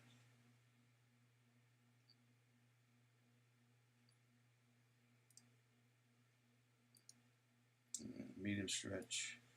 And let's zoom in on these stars and see how bad they are or good. Okay, they're all right. They're okay. I hope they're all this decent. Okay. And again, when you're shooting wide field, you get by with bad. Here's the key. If you bring up the image scale for this camera has an image scale of 2.29 arc seconds per pixel. So if my RMS on my guiding is better than this, then I'm okay. So if my RMS, and that's because of this setup, now I'm grossly undersampled, so I have to dither these images, but that's okay. I don't mind doing that. You get a larger file and takes up more hard drive space, and it takes longer per process to run PixInsight, but that's okay. That's a good trade-off. But you get a lot of forgiveness. This guiding's not doing well. I'm watching over here because this is a reflection of PhD. It's not as accurate as PhD, but it's showing me the same. You know, I'm at 1.48, but as long as it's less than 2.32, which is the arc second per pixel error kind of max that I can deal with, anything less than that. And also the other thing is these two numbers. This is RA, the RMS for RA, and this is the RMS for DEC. If these two numbers are similar, and they're getting kind of far apart, then you get oblong stars when they're far apart. If they're high but similar, you have round stars. They're just bloated. If they're low, which is what we hope, and similar, then you get fine, sharp stars. But the total RMS, you shoot for 1 or under, 1.0 or under, and that's considered good guiding for most setups, unless you're using a long focal length and you have like my Smith Cassegrain with the 1600 has a 0.52 arc second per pixel scale, and so I need guiding to be at 0.52 or less, or I'm going to have wompy looking stars. And so it makes imaging with those cameras a real challenge, and you really need really good precision gearing mounts, and consumer mounts aren't made like that. You have to spend a lot of money to have a mount that you don't have these guiding errors, and you've got these encoders in your in the works in action that are making your star on star images just perfect. I don't have that, and I won't have that, but I can work with it. Okay, let's go back and bring up our acquisition software. Let's get rid of our control panel, bring up where we are. We're halfway to getting our 60s red. And some people choose to rotate through the events. In other words, take a picture here, then take a picture of green, then take a picture of blue, then take a picture of H. You can do that, but I got to refocus each time, and I'm not willing to spend that much time. So I take all the red first, and then I go to all the green, and if I don't finish them tonight, I'll just wait till night when I can get back at it. And I just keep collecting data until I get enough that I think I can make an image. Okay, let's go see what Andromeda. Oh, see, Gotti's good here. And my RMS for both of these are okay. I wish they were in the 50s, both of them, or in the 40s, both of them, but it's okay. This is a long focal length, but I'm not taking pictures of stars. I'm taking a picture of this big fat Saturn, and the scene is still a shame. So it is what it is. Now I'm going to hush. I know that my other telescope is going to be just fine unless we get clouds, and then it'll start beeping at me. And so I'm going to go ahead and just watch Saturn. I may step aside and go do some flood management. Oh my, Miami's beating Clemson. Second quarter, low scoring game so far. Yikes.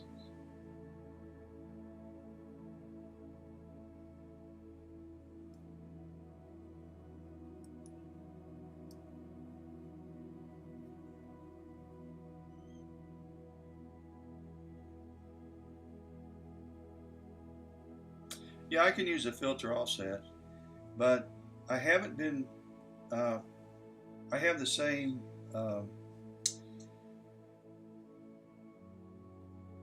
I can take my HA and see what, and focus, and see what the focus count is.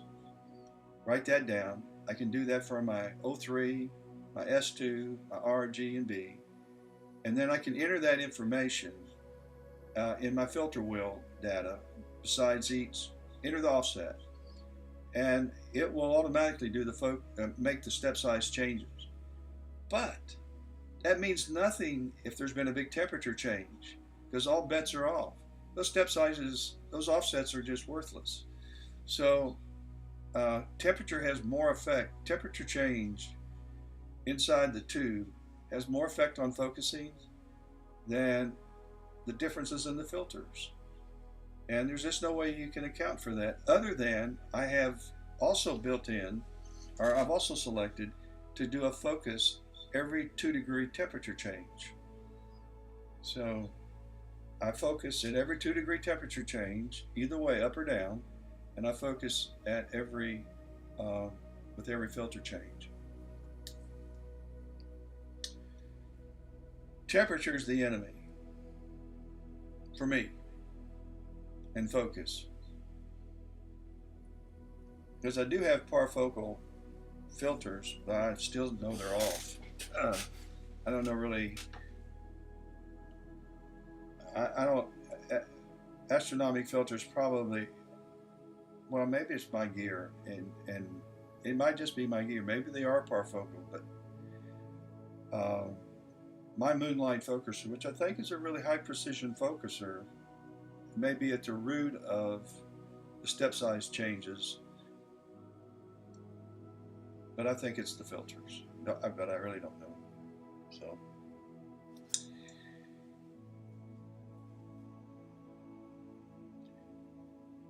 yeah, I thought the offsets were the catch me out. Adding the offsets, then I don't have to worry about focusing between filters and just have it automatically make the change. Well, you can do that if you are going to account for, at the same time, account for temperature with each filter.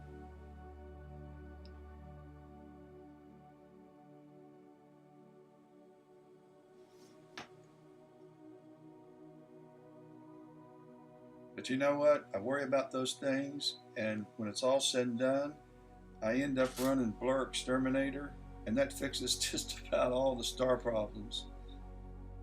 So what we probably ought to do about Astro is stop even running focuser. Yeah, this is live. You're looking at Saturn in bad seeing conditions. So I just had a question pop up. Is this a live view of Saturn? And it is. This is a live view of Saturn, and this is a live view of Andromeda being taken. So you're looking at a live view of the galaxy Andromeda M31 also.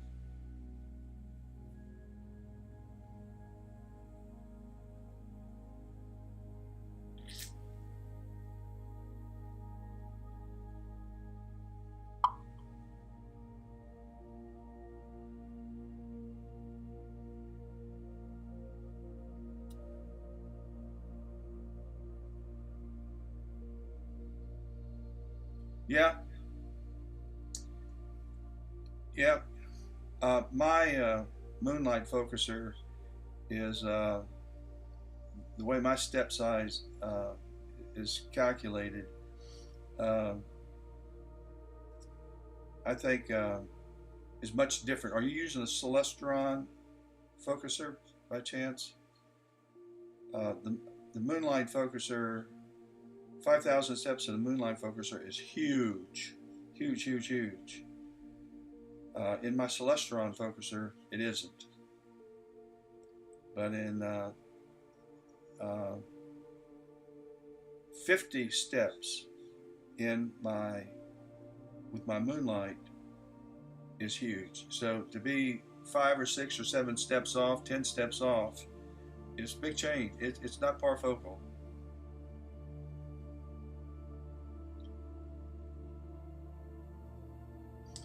Check this out.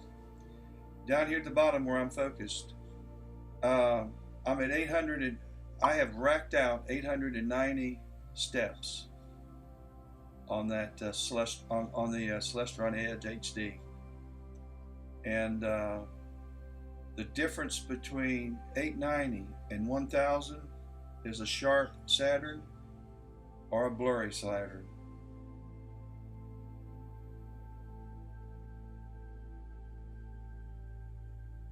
So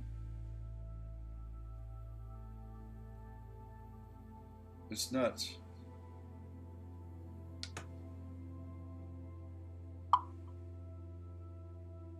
Gotcha. Yeah, it is.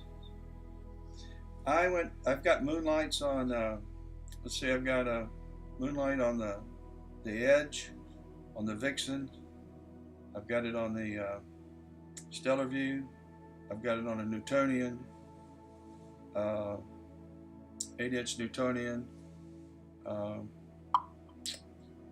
and see what else I got back there. And I have it on the Ross. No, I have the Celestron on the Rasa. And the difference between the Celestron and the moonlights are all consistent on all the different rigs, but the Rasa and the Celestron, it's just all it's another different animal altogether. I had a hard time getting used to the Celestron focuser, but it does a great job. It runs an autofocus routine really, really well.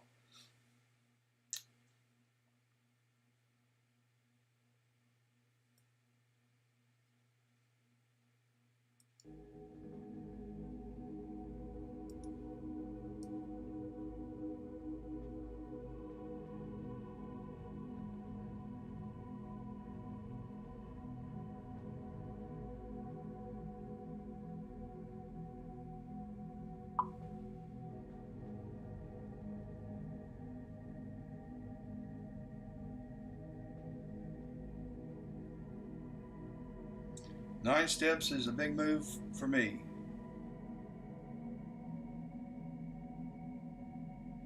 Not 50 steps. When I run an autofocus routine, I defocus 50 steps. That's how much I defocus, and the star becomes big and round. and then we move in like 10 steps at a time, and that's how the autofocus routine is set up with the moonlights.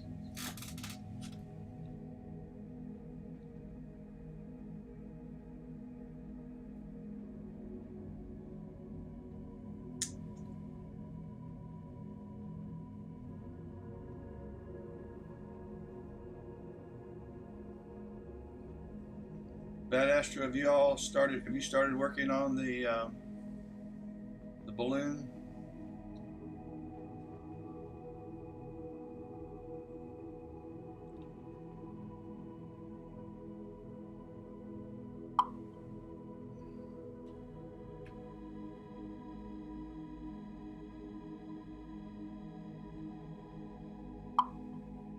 Oh, uh, I don't. Yeah, that's a lot of travel.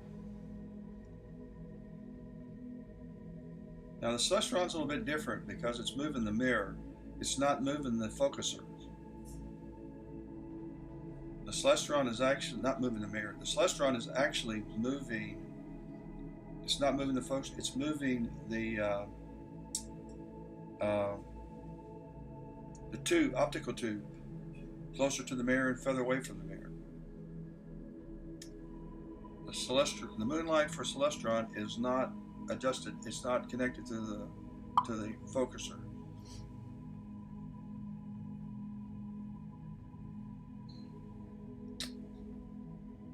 Gotcha. So you're doing two things at one time too. Also,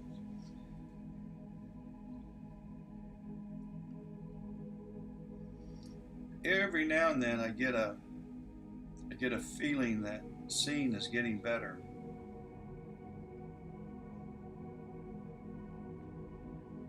Every now and then.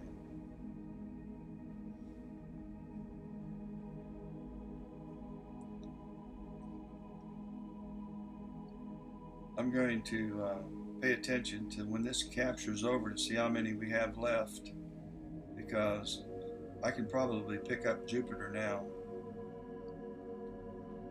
and I'm ready to leave Saturn and go see what Jupiter looks like. Yeah, well, the Celestron edge, I can lock down the mirror.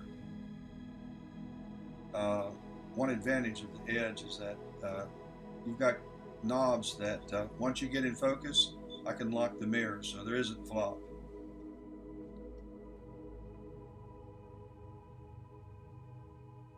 I can secure it pretty well. Yes, but it now I would have, if I was connected to the focus and knob on the I'll try to show you. Let me bring out the outside camera. I don't know. Okay, yeah.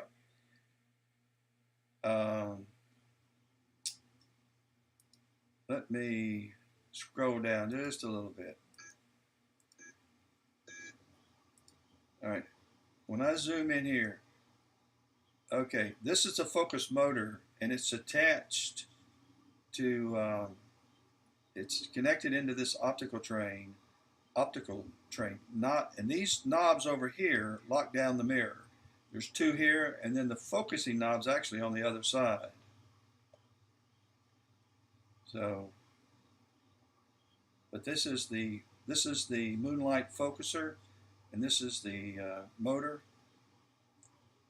and so it moves the camera in and out. This focuser. And what I do is I manually focus the Celestron as good as I can with the focus knob. Then I set the moonlight to 1,000 steps. And then I either move in or move out from the 1,000 steps. And so far, I have only had to move out or move in. Well, we'll go back and look. I think I'm at 890. Now, what's going to happen between now and say, what's the temperature drop to?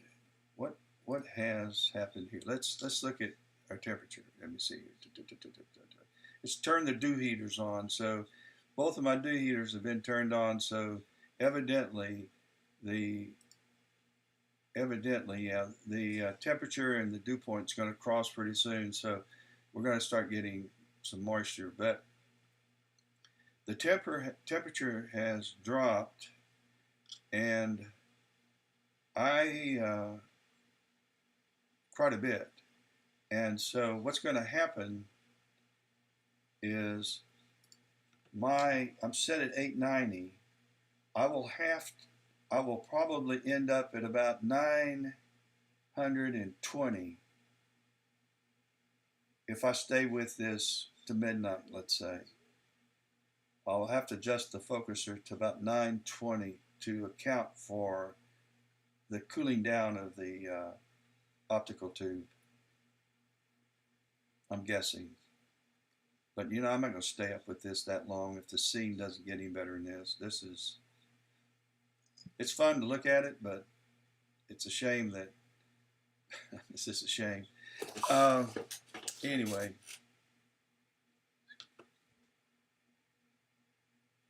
yeah, you know, I use them all. I use every single one of them.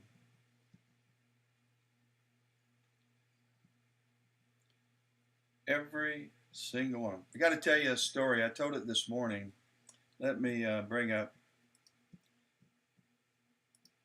Facebook.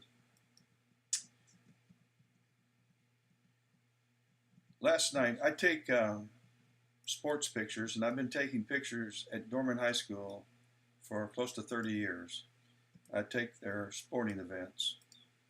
And last night, I'll tell you the story. I wrote it in here, but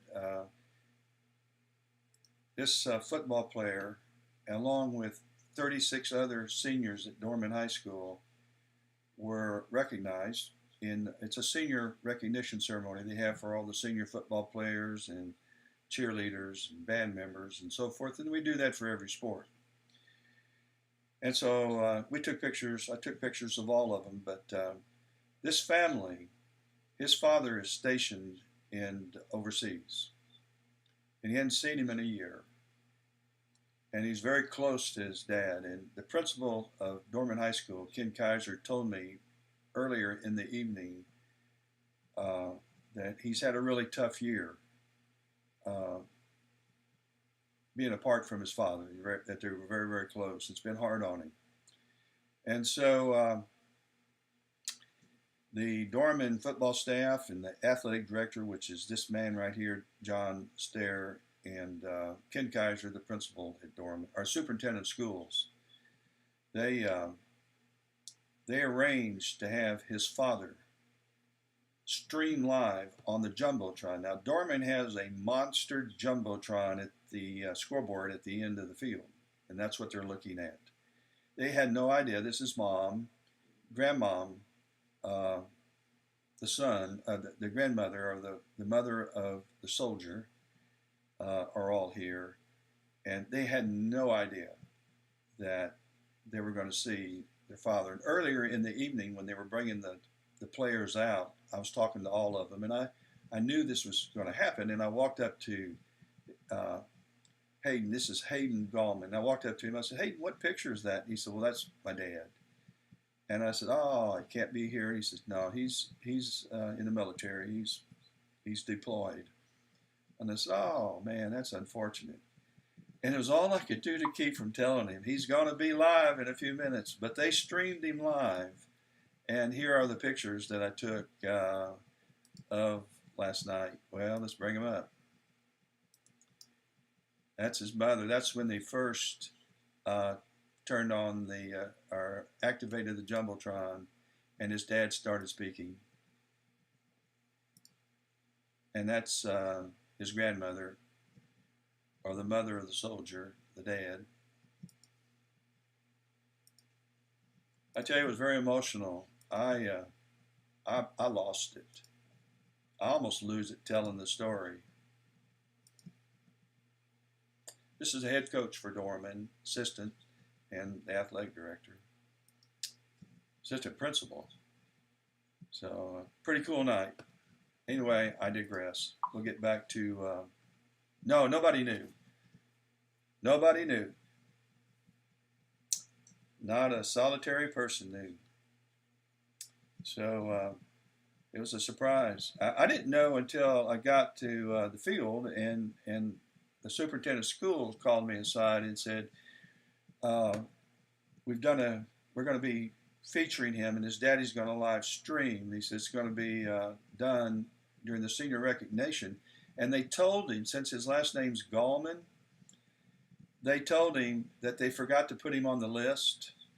Instead of, because they lined up in alphabetical order when they went down, and instead of being in the middle where the G's would be for Gallman, they actually, poor guy, he's had a bad year, and then he told him they forgot him, and that he was last. And he was last so that they could spend some time in the recognition and, of course, the streaming. So his dad did a live stream from Ubata, something, Africa, where he's deployed. And it was very special. Very special. Nobody knew, but a handful of people. Pretty cool.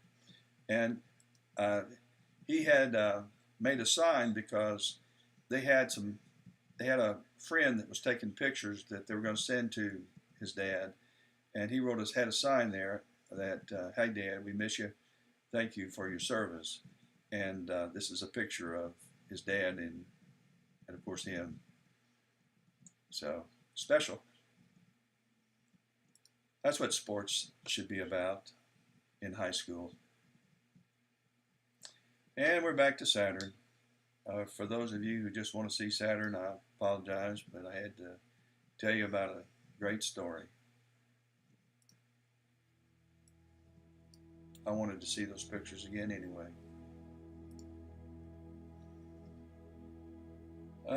So we're finished. We're now previewing. So what I'm going to do is I'm going to change this back to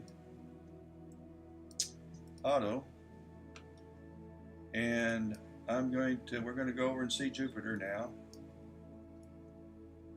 and I'm going to change this back to the native resolution, and I am going to get rid of shut down PhD.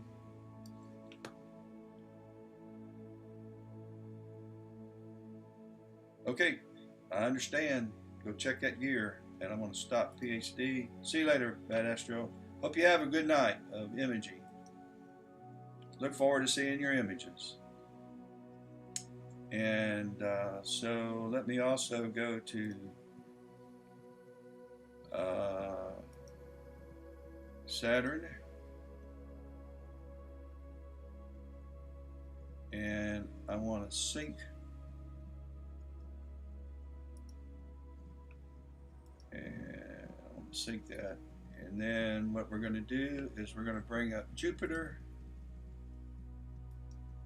and we're going to slew to Jupiter.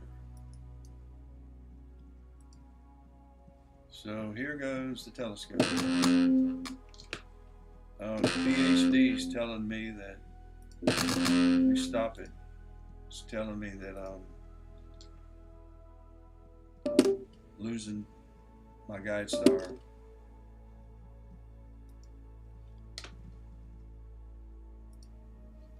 Okay.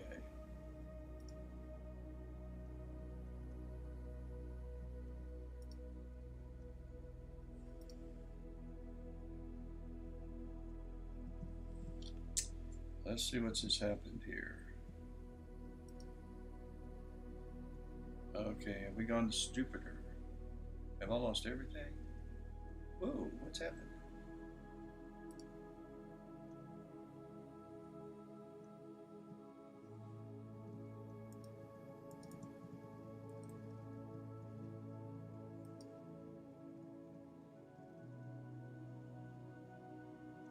may not be going to Jupiter after all.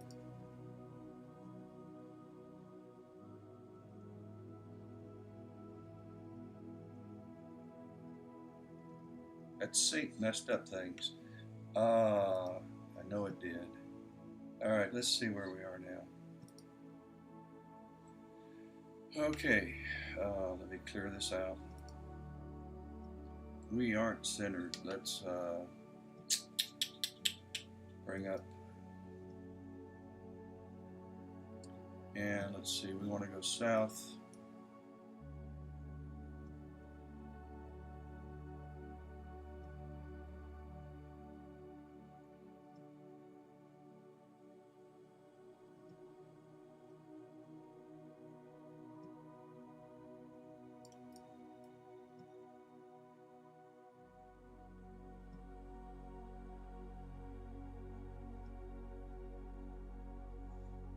Okay, and then I'll just run it. All right, let's bring up our, see, I think we need to go east until Saturn comes into view. I mean Jupiter. And here it comes.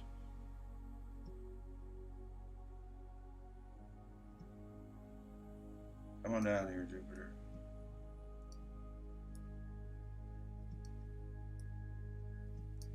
Long way. Let me reset these crosshairs too. They're all nuts. All right, let's get back to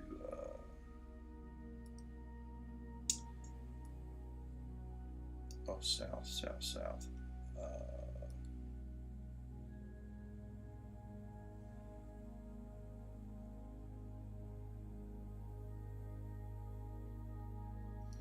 And let's change our exposure to a more Jupiter-like histogram. We can bring it up a little bit.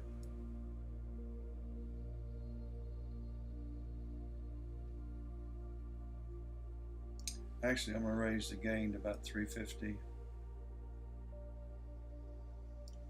And I'm going to bring the exposure down a little more.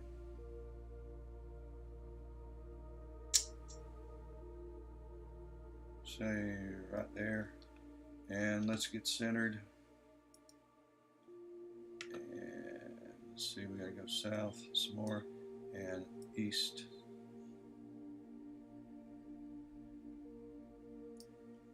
Let's bump it north a bit. Okay, now let's change our capture area to 600 by 400. And actually, we better give us a little more wiggle room than that because I'm getting drift. Let's go to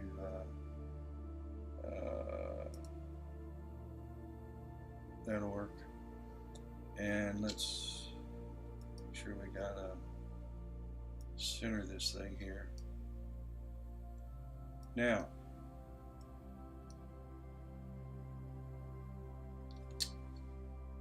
great day in the morning. We got some scene problems. All right, let's bring up PhD. Let me lock onto a guide star. And let's start guiding. Let's get back to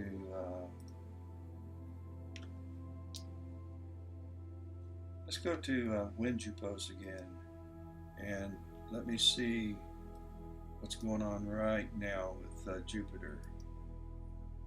So right now we've got Io in the center. Do we have Io in the center? Let's look. Yes, there's the moon right there. So we got Io in the center. What's happened? I'm way off here. Oh, got to let me bring up this again. And EQ mode is giving me a fit. Let's just go to PEC and let's go back to this oh, we got a guide. Let's move this over a little bit, and just a little bit east, bump east, another bump east, another bump east, another bump east. There we go. Now let's bring up, and let's just stop it, start it. Okay, good. I like that guide star better anyway. Okay, so there's Io, the shadow of Io. And so when I process this, I'll have a black dot. But it looks like a great big black smudge right now. But it's, once all this is sorted out and stacked and aligned, it'll be a black dot. But the good news is that, when was this happen? All right, so this is real time. So this is right now what Saturn looks, our moon, Jupiter looks like. Let's run this ahead 10 minutes, another 10, another 10, another 10. Okay, starting in an hour, at 22:38, so that'll be 10:38. So starting in an hour, the Great Red Spot is going to move across the face of Jupiter, and it'll stop around 1 o'clock. So I'm going to stay with it till 12. I'll always like getting a Great Red Spot. So that's the plan. This software, the Ephemerades, is this great planning software for a planetary, and you can pick any planet and bring up where it is and what it looks like in real time. And if there is any change that's going on, you can see what those are going to be. So great stuff. All right, let's go back outside and set up an imaging sequence. And let's start with,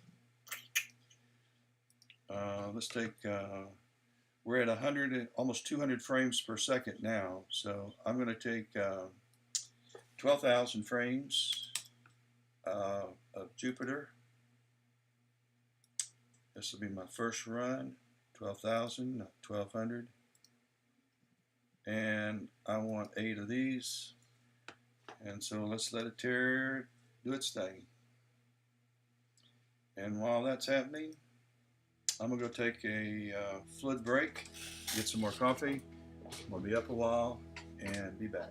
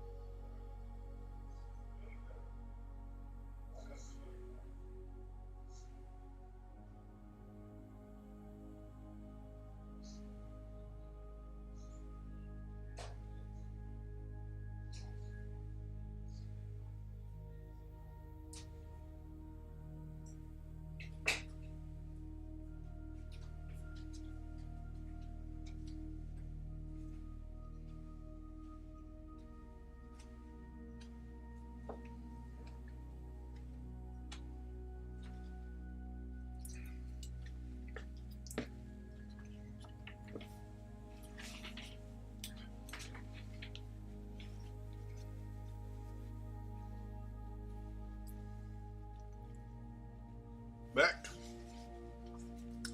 back. My sound system's all messed. I've done something uh, connecting the Rode sound system, so I can't hear how I sound. I don't know if there's echo. I'm using the mic that's built in this iMac. I can't tell whether the music's too loud. I don't know what's going on. So if you can't hear me, I apologize. If I'm too loud, I apologize.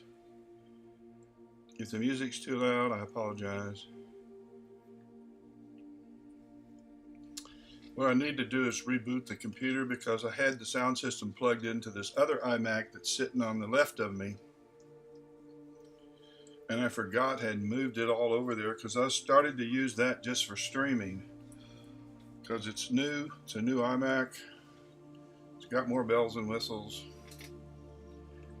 But then this morning I imaged the sun, and my streaming software is on both computers. And anyway, it's a long story, but I had to move the sound system, and I didn't reboot, and I think that's part of the problem. I don't know. It's supposed to be plug and play. Thank you, Bad Astro.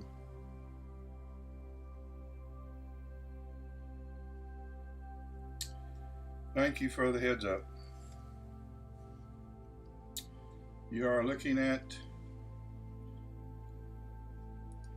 the big gas giant.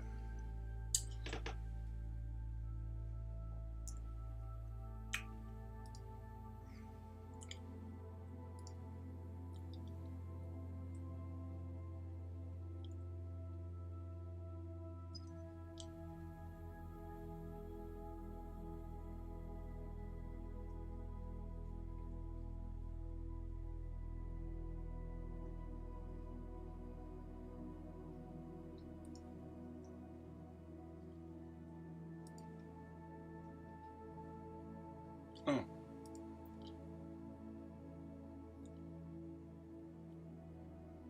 Hit the wrong whatever.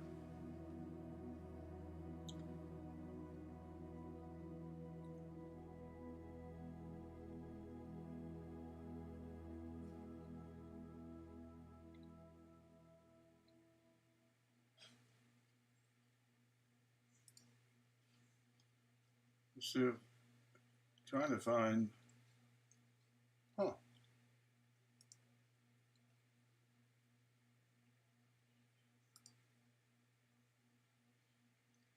This is an interesting, these planet distances from,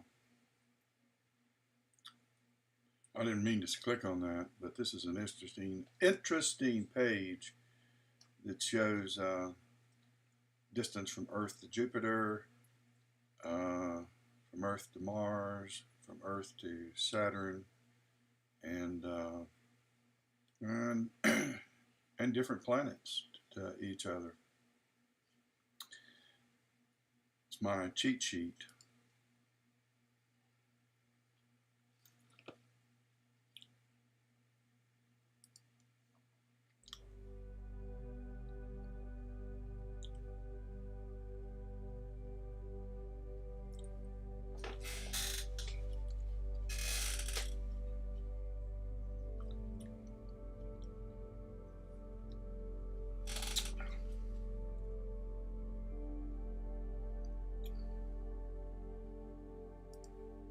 Is it me, or is seeing a little better? We got a little wind outside, a little breeze. I went outside for a few minutes when I went downstairs just to look at the sky. Still cloudless, but there is a breeze. But that's not what's moving Jupiter around. That's the atmosphere. The reflection of the moon Io is moving off to the, let's see where WinJupos has it. Real time. Yep, that's where it is.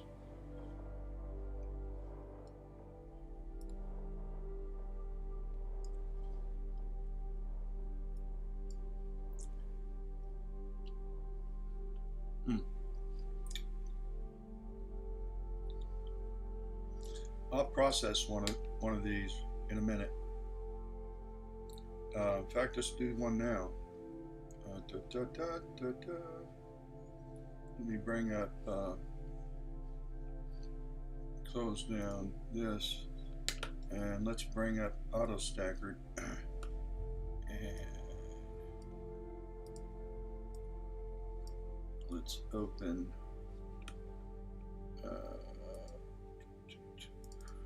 I'm filling up that drive. It's a is it 1 terabyte or 2 terabyte? I think it's 1 terabyte drive. They're little tiny drives, I love them. Made by ScanDisk. Okay, Jupiter. Yeah, we've got an image. Let's bring up one and see what we can do with it.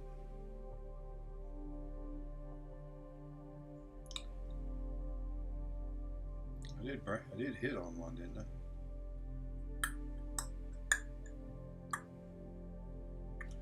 I thought I opened one. Yeah, there it was. Let's clear out. Oh, yeah, there's not much to work with, guys. Let's scrub through this video. Ooh, I'm gonna use my arrow key because it's more precise. I'm gonna try to get this black.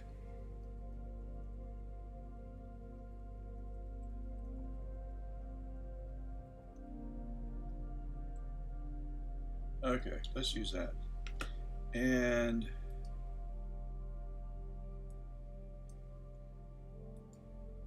let's see, let's run our noise up to 5, maybe 6, 7, and let's analyze.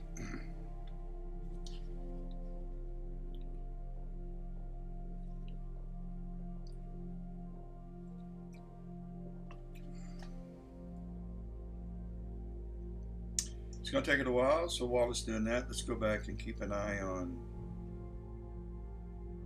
Jupiter. Actually, let's go over and see what our other kit's doing. Because we're also, if you're just joining, we're also imaging Andromeda. And we're currently, this has a total of 4 events. The first event is the red filtered images. I'm using a mono camera, the ASI 1600 mm Pro. I'm taking 90-second exposures, and I've taken 60 of them, and I'm on 56. So in a minute, it's going to rotate the filter wheel and bring up the green filter. And this is the filter set over here. And it's going to move to this event. And this arrow will be pointing here, and it will take 60 images at 90 seconds. And when that's done, and it's going to take 4 hours and 44 seconds of imaging time, it's going to be more like 5.5 hours, maybe 6 hours to finish this off. Time for focusing, time for dithering. But when that's done, then you'll move down to the blue channel, then the HA hydrogen alpha, and we'll be done. I'll be asleep. It'll be sometime in the morning, probably around 5:30, 4 or 5:30, if the clouds don't move in and shut it down. So that's the plan. Let's go back to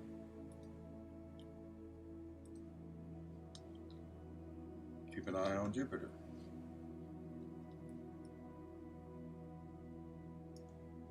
And let's see if they're still, auto-staggered still work. This is going to take a while because this has 12,000 frames.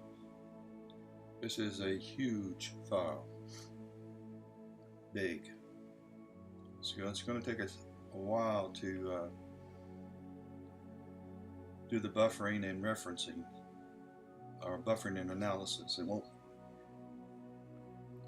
It will pick a reference frame too.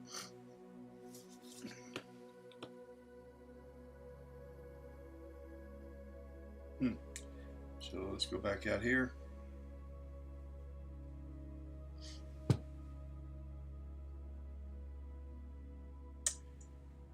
The scene is not supposed to get better, but it looks like to me it's a little better. The clarity is just a little better.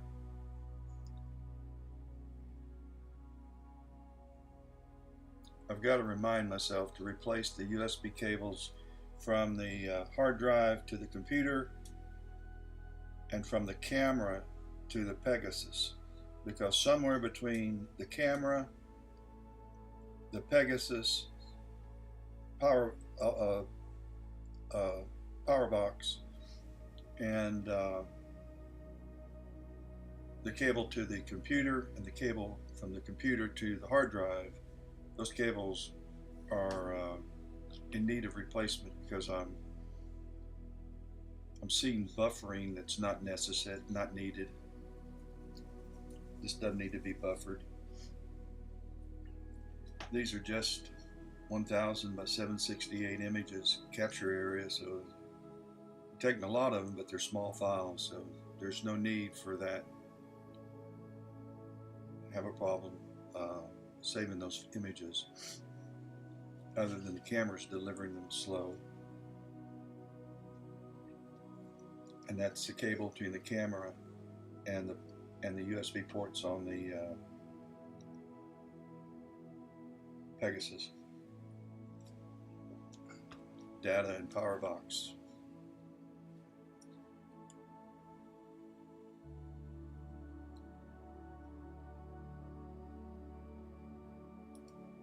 I use this. In fact, let's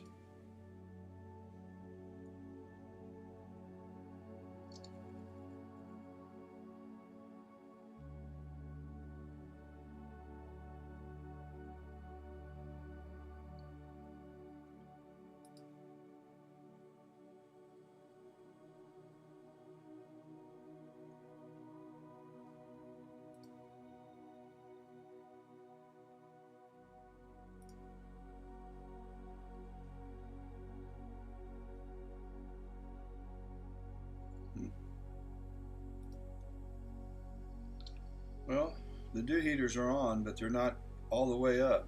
So I guess we still don't have any dew. These things are getting close. When the dew point gets around the temperature, you can rest assured the ground's wet and so are your telescopes.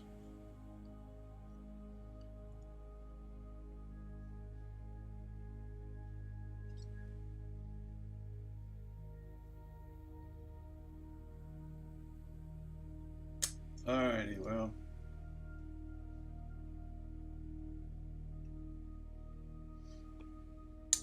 I'm only pulling, this is to keep it cool. Well, I'm not even running. I'm not running, I'm not cooling the camera.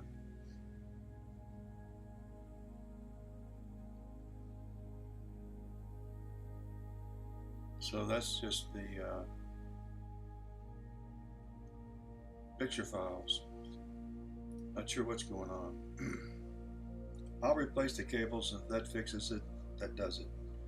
I got plenty of cables to use.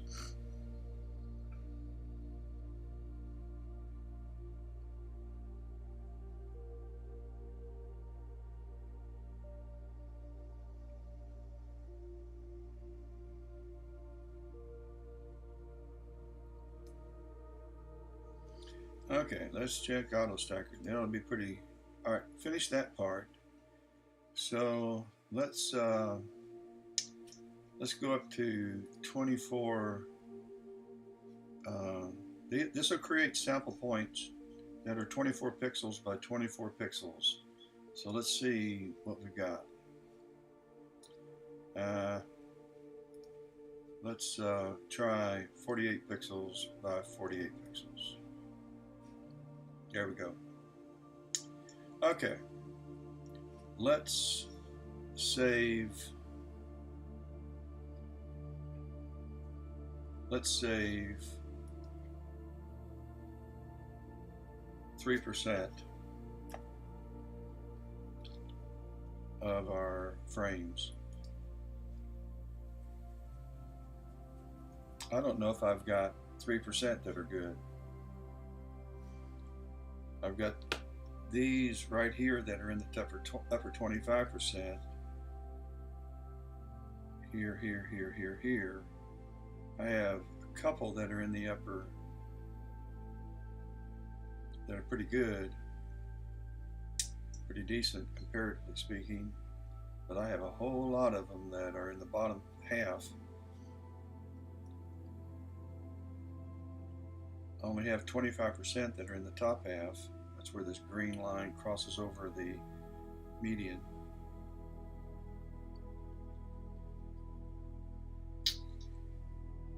But then again, I don't pay a lot of attention to this with planets. I do with the sun and I do with the moon.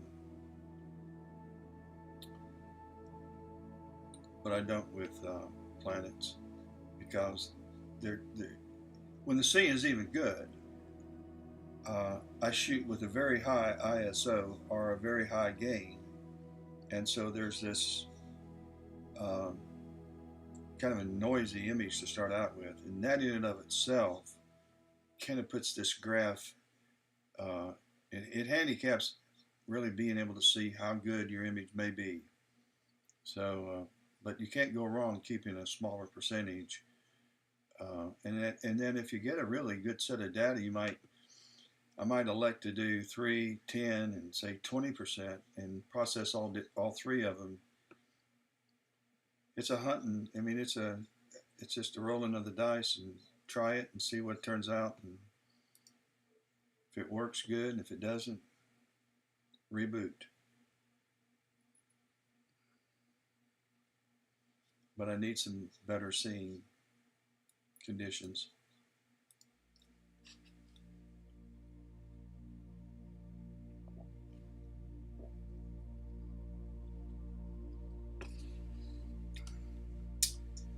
And this will take a long time to process. We're still on trying to figure out which frame it's going to use as a reference frame. Thank you, Green Cat, for subscribing. Appreciate it.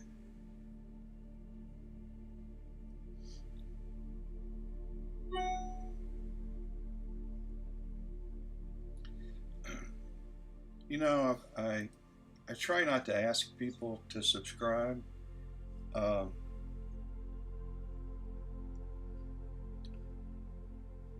If they're not worth looking at, I wouldn't want anybody to subscribe. But I think everybody likes to see live imaging of the sun and the planets, and so I do a lot of that. And if you have an interest in, if you don't have an interest in watching television on any given night and the skies happen to be clear in my neck of the woods, then I'm imaging, and I usually try to go live and just share what I'm looking at with others. And so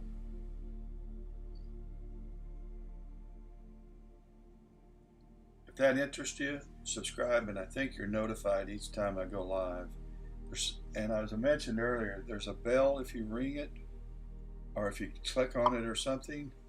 And I'm not sure how that works, because I've never seen the bell they talk about.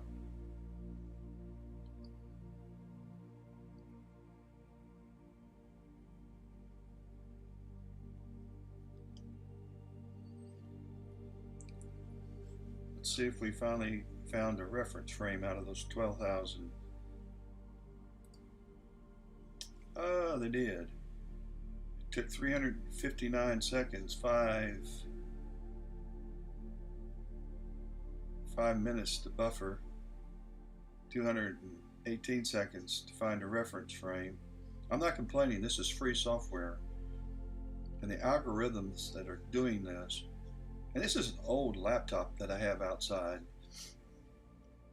I'll tell you how, well, I love the little laptops. I have a laptop for each computer. I have 3 computers outside. I have 3 setups outside. Solar setup, this Planetary, and the wide field. That's right now. That changes. But I always have 3 telescopes set up permanently. So I have 3 laptops. They're designated for each setup, so I don't get the ports confused. They plug in the same way, the same kits, the same telescope the same, plugins, everything's the same.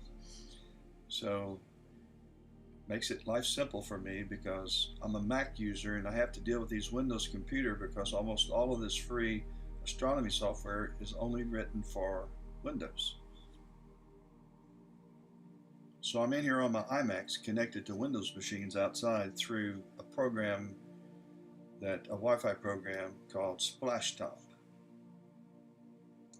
And I used to use TeamViewer, but they thought I was trying to run a business. I guess I am. I don't know. I'm not interested at all in monetizing the website, period. I'm getting close to 80 years old, retired comfortably, and enjoy astronomy and share it. But TeamViewer just thought that I ought to be paying for it, and so I just thought, well, if I'm going to pay for it, I'm going to pick what I want to pay for. So I went to Splashtop. Don't regret anything. It's a very small cost, but it's a very reliable connectivity program for Wi-Fi, remote Wi-Fi connection.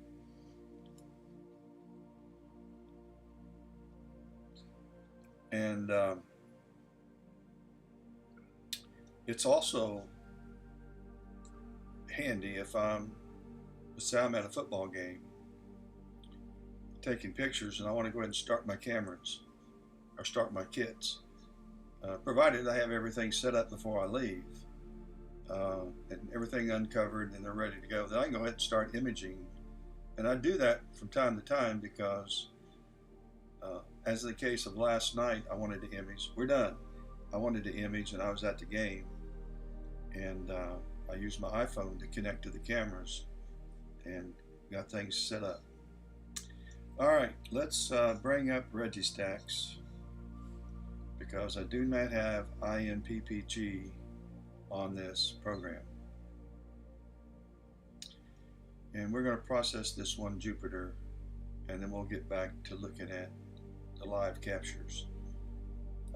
So select,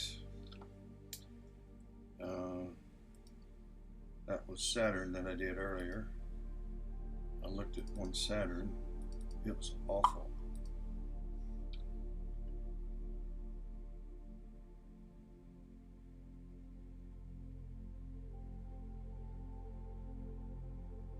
Yeah, Green Cat, mine's only been out 6 years. We moved in this, we downsized and moved from a mile away, and where I had to put my telescope up in the front yard, and I just couldn't leave it up. I'd have to take it in at night after I finished. I was afraid somebody might steal it.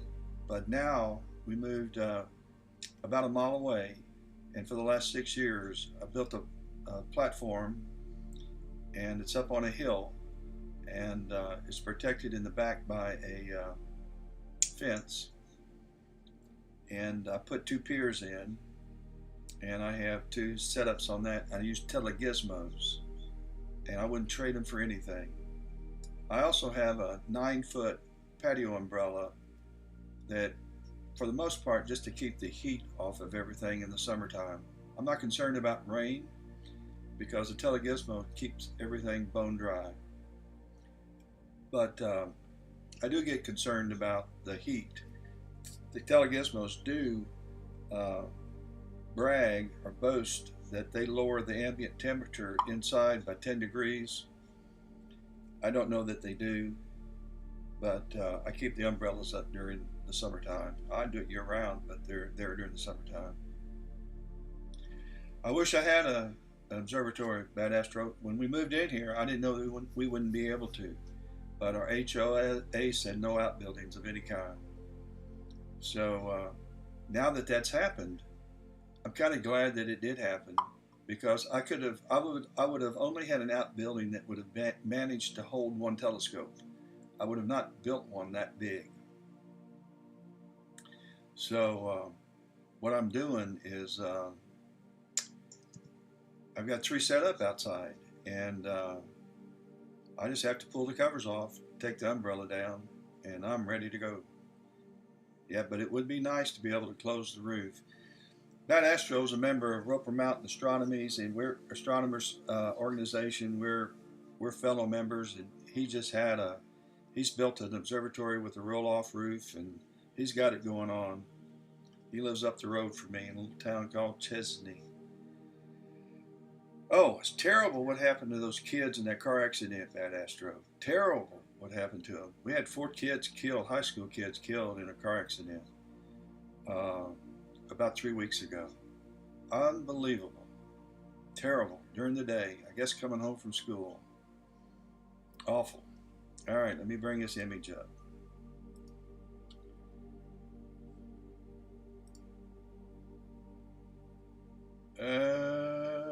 Okay. Hmm.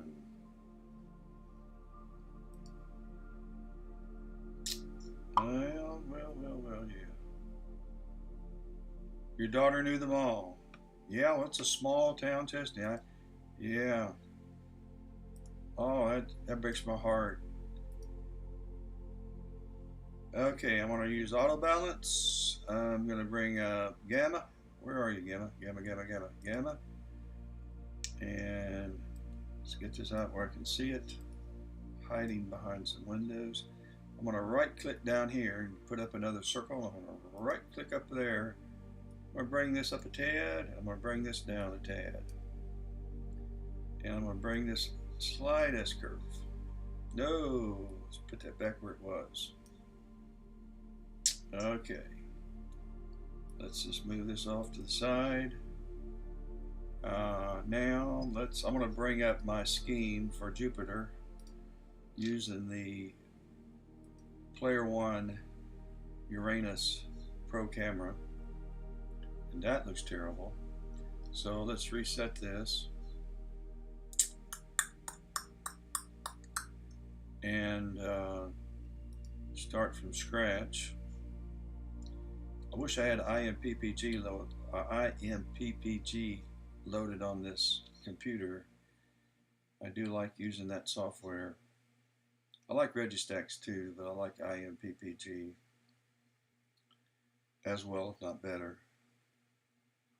What's going on here? I'm clocking. While Registax is settling down, let me quickly go back to, okay, we're still good, and we're still capturing. All right, let me go back. All right, let's run this up, and let's add some noise, because I already have some noise. Let's run this up, and maybe a little more. And let's bring this up some.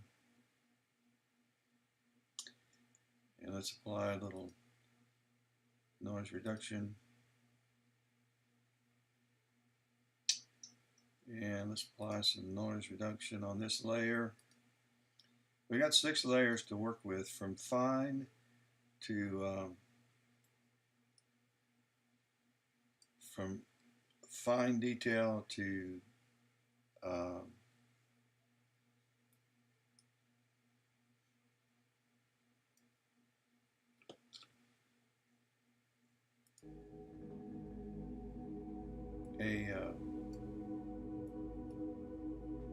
more of a clarity kind of a slider. Let's bring this up.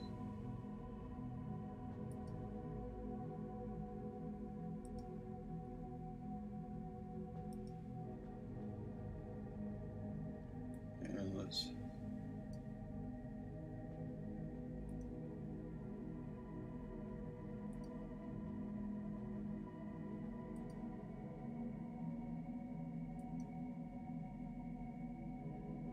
come on, noise.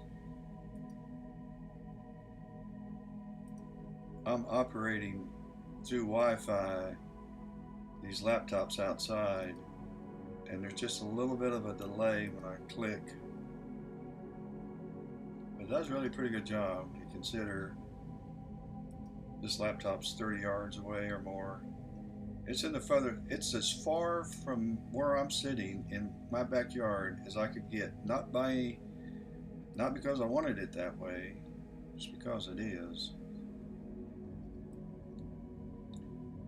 It's where the street light out front had zero effect on. I'm gonna have to lower the gain on this.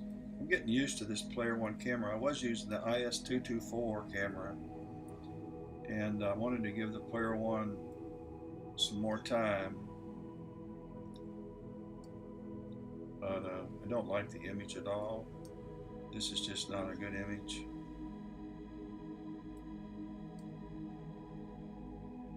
It just ain't any good. And it ain't any good. It ain't any good.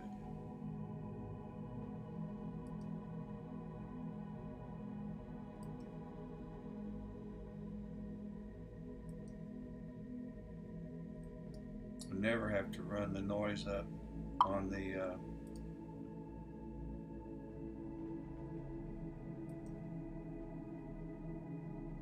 yeah, I think your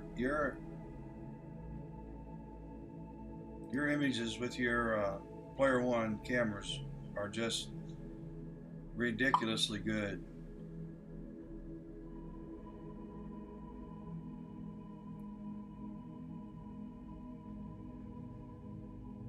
I get it, Green Cat. It's I've got good Wi-Fi. Blessed with that. Tell you what, this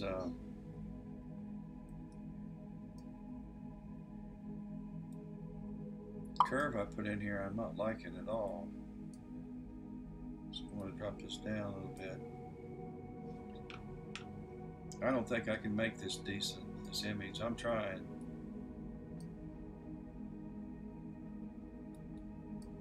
I'm discouraged though.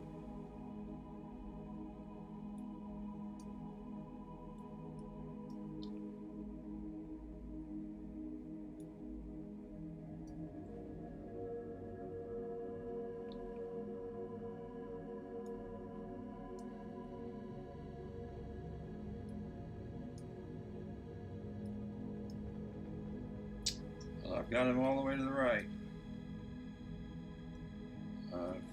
Maxed out.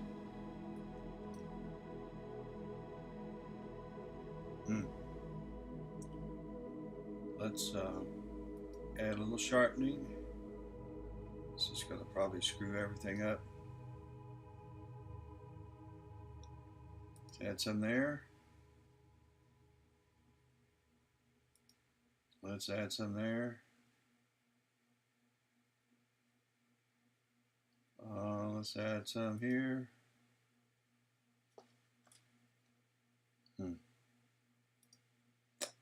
And there.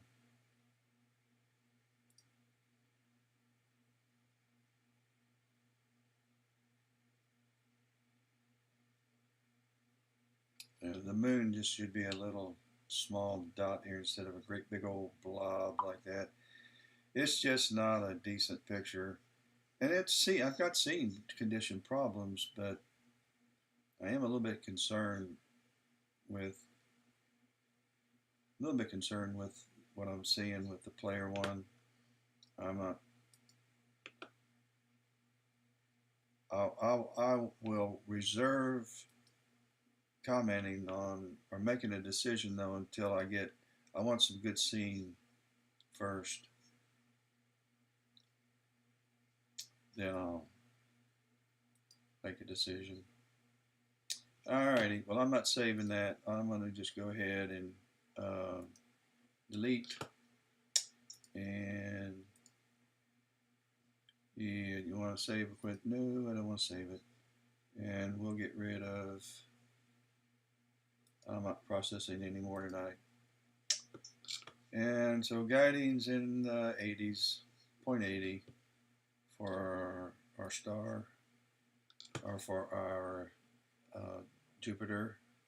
We're still capturing, we're getting 8 images at, oh lordy, look down here. I do have to replace some cables. This image is at like 200 frames per second, and I'm dropping 13. I've already dropped 1400 frames. This isn't going to work either, so it'll be impossible to do. I should have already finished taking these 8 images at 200 frames per second. So, bummer. This whole night may turn out to be a disaster. I need to go work on those cables. I've got my job. I got a job tomorrow, and that's to replace my my USB cables from the camera to the Pegasus Ultimate Power Box, from the Pegasus Ultimate Power Box to my computer, and from my computer to the hard drive. So I've got to replace those, put new cables on that. My settings in SharpCat haven't changed, so there shouldn't be any reason for this to be happening now. The settings are the settings are the settings are the settings, and this is all new. So one of those cables is pitching a fit, is what's happening. And guess what? Let's go back to WinGPOS, and let's get real time. Here's the great red spot over here in the corner. So we're awful close to getting the great red spot, and guess what? It ain't gonna look good because scene's not good. Well, piddle.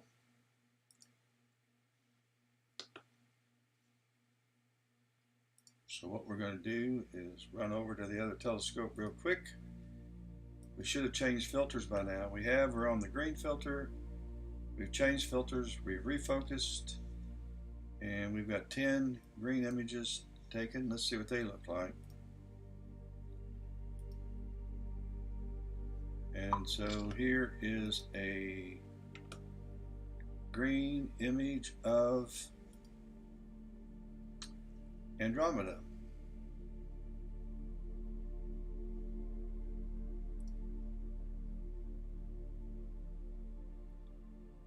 So there she be. We just downloaded another one, and we'll give a medium stretch to that one. It's just going to make a nice, I'll get a nice galaxy out of this. Hopefully, prayerfully. Okay, let's go back to Jupiter. And there he is.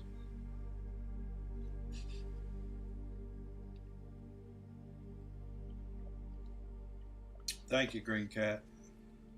If you're talking about the Jupiter, it's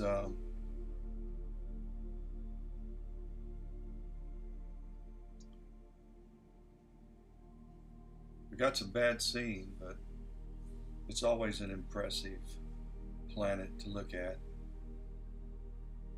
I just sit here and think about the distance between my telescope and Jupiter, and it just blows my mind that I'm looking at it.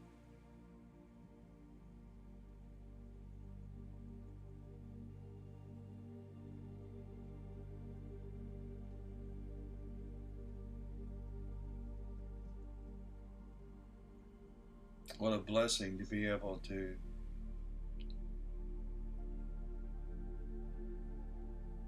search through the skies for things to look at. If I had my life to live over again and had the equipment that I have now, it would be great to be able to live in a place where you have a backyard and a 360. I have pretty close to a 360 view of the night sky, pretty close. And yeah, technology is grand. And I'd like to image every square inch of the night sky just to see what's there. Right now, I just go for targets.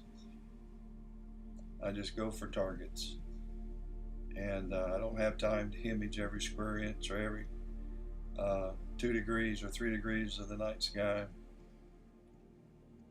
and then go to the southern hemisphere and do the same thing, just to see what's up there.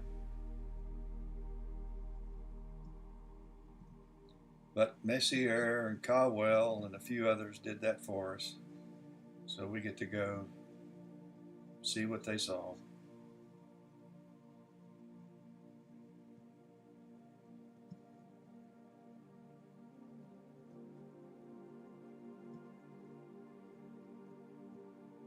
Yep. You know, my experience with telescopes until 2009 was bad. When I grew up, I got a telescope for either a birthday or Christmas, and it came out of a catalog. Uh, I'm sure either a Sears catalog or a Montgomery Ward. That was our Spiegel. I think Spiegel was mostly clothes, but that's how we got our Christmas gifts. We lived in a small farming town in central Missouri, not too far from my hero, John Hartford, banjo player. By the way, I love to play the banjo. I got a new one ordered. It's coming in Monday. But at any rate, my first telescope, when I looked through it, the image was so bad of the moon. It just was a disappointment, and it had all that green. Oh, great! The optics were so bad. What do you call it? Green color cast all the way around the moon, but it was just not I didn't know how to operate it, and it was in today's dollars, it was probably a $20 telescope or $50. I don't know, whatever they cheap, because our family didn't have any money. At any rate, but I thought, boy, if this is it, then I'm not impressed at all. And I had some hip surgery. Actually, I had cancer in 2009 and lung cancer. And I'm not a smoker, not been one, but I had lung cancer, and they gave me a year to live. My oldest son, who was living in California at the time, sent me a telescope, a Vixen ED81S, and a mount. And then shortly after that, he sent me a Vixen 260L 11-inch SCT, and I gave that to Taurus, by the way, Bad Astro. I don't have a mount that can hold it. It's a heavy piece of equipment. But at any rate,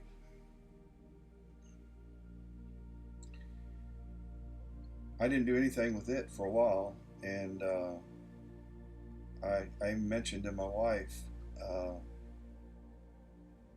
wonder why he sent me a telescope. And this, I was into photography. I've always been into photography. And so and he got caught up in astronomy, and but at any rate, living out in he lived north of L.A. in a area. Actually, the area he lived in was the area that this last Powerball, Fraser Park, the guy that won the Powerball, the big one, $1 billion one, he lived there. But anyway, they lived up on that mountain, and so he had great views of the sky. Still pollution, about 60 miles from LA, maybe 30 miles from LA. So he got into it, and he thought I would be into it, and he got all of his equipment from Woodland Hills. So I was recuperating from, this time it was hip replacement surgery, and was feeling pretty good. So I got that out. I got the telescope out, and I set the mount up on our back porch. We had a huge back porch. But we had more trees than we had sky in our backyard, and but the moon was up, and it was between the trees, kind of almost overhead. And I managed to get. I couldn't. I didn't power on the mount. I couldn't figure out how to do it, but I did manage to get the moon in the eyepiece, and I was blown away by the Vixen's a great optic, and the eyepieces that I had were just the Vixen eyepieces are just they're awesome. I couldn't believe it. I couldn't believe what I was seeing. And I'm being a photographer, having photography as a hobby. I thought I got to figure out how to hook my camera up to this. So I went in the house and got my wife. I said, "You have got to see this." And by the time I got her outside, she was looking through the eyepiece. All I see is dark. I said, "Mom, maybe you got to use your eyes just right. You got to focus on it. It's there. You just got to focus." And all I see is dark. So she was unimpressed, and I looked down, and all I saw was dark. And that's when I realized you got to run that equatorial mount, or you got to run your alt-az mount, because it moves. So I had to find it again. It took me forever to find the moon again, to get it in the eyepiece. There's the moon. Here's the telescope. Why isn't it in the eyepiece? I kept moving it around, moving the telescope, leaning the telescope back, leaning it forward. But I got it in there again. So from there, I started reading the instructions on how to operate it. Then I tried to figure out how to connect a camera to it, because in 2009, honestly, there weren't a lot of people doing this online. There's been people doing this forever, but there weren't YouTube videos. Harry Page comes to mind, and AstroShed. What was that guy's name? In the UK, he had a website called AstroShed, and another guy, Chinese, Tanaka. And I picked up ideas on how to connect stuff from them, and that's where I found out on YouTube how to do almost absolutely everything I did, because there wasn't anybody in my neck of the woods doing astro imaging, and that I knew of. And even over at Roper Mountain Astronomers, there weren't any astro imagers. They were all doing visual, but which is awesome. But I was wanting to take pictures of what I saw, and so I was a Nikon shooter at the time. I still am. And anybody want to buy any Nikon bodies? I have a number of them, going back to film, all the way up through to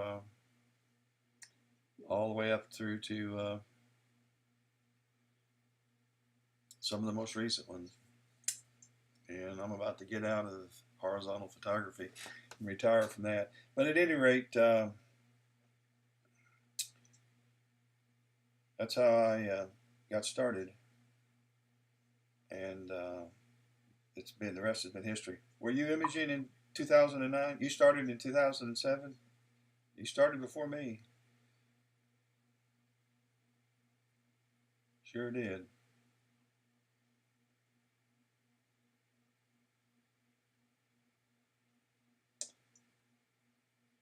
Because I had never smoked, my lungs were in great shape with the exception of the tumor. So they removed the upper left lobe, and I never had chemo or radiation. I didn't have anything. They just surgically removed it. And my surgical oncologist just said simply this: your lungs, the lobes, operate completely independent of each other. That you might have cancer in one doesn't mean you have cancer in the others. And that was, 10, 13, it's 14 years ago. I'm still here. So you started in 94, Green Cat. Lord, you guys are way before me. I'm a newbie. Wow.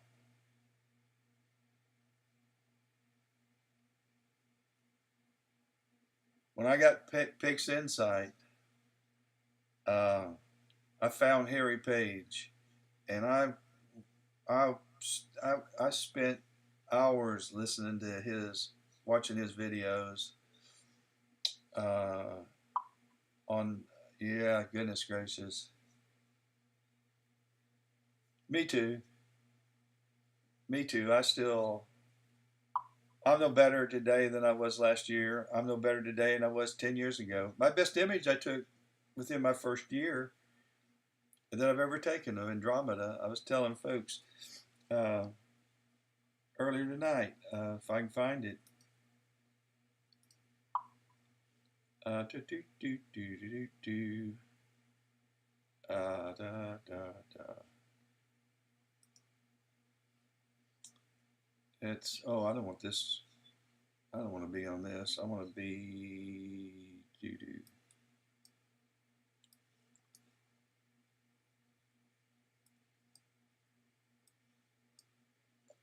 I want to be on this. Okay, yeah, this image right here of Andromeda is the best one I've ever taken. And I took this probably in 2010 because I I was slow really after I started investing some time in putting this together. I wasn't as obsessed with it as I was by 2010 and 11. And then I can't remember when I got Pix Insight. That was sometime in oh lordy, that was in golly, I've had it for a long time. Pix Insight and Sequence Generator Pro when it first came out. I jumped on it. I was watching the Astro Imaging channel and they were introducing Sequence Generator Pro, and I'd been using Backroom, no, Backyard for EOS, I mean, Backyard for Nikon and software. It worked fine. And I had the astrophotography software, I just never liked it. Still don't. Yeah, Pix Insight's it's got a learning curve, but I watched every YouTube tutorial I could find from everybody and anybody to pick up ideas on it. You know, we spend a lot of money on equipment, uh, and we skimp when it comes to software to develop our images. And so I felt like I need to do uh, I need to master the processing, and I still haven't. There's a lot of horsepower in Pix Insight that I've never unleashed and don't know how to. One is I have limits on my ability to manipulate pixels and using pixel math, and therein lies the secret to a lot of image pixel uh, control. And so I depend on others that can write those formulas to develop them and share them. But I try to get as many as I can from other people. And then I thought, well, I've kind of figured it out. I know how to I know how to tell somebody that's just getting started out in astrophotography who's looking at their first stack of images and thinking, "Is this looks bad?" And in reality, they probably have great data and just don't know it. And I think I know how to tell them. I know what they need to do. If they have Pix Insight, I know an easy way to take that stack into a nice image. And I thought I'm gonna show them what I'm doing, so they don't have to fight it like I had to fight it. And that's what started the YouTube channel. Plus, I had a couple other people ask me if I could spend time and kind of show them how what I was doing. I said a good way to do that is using the YouTube, and so that's what I did.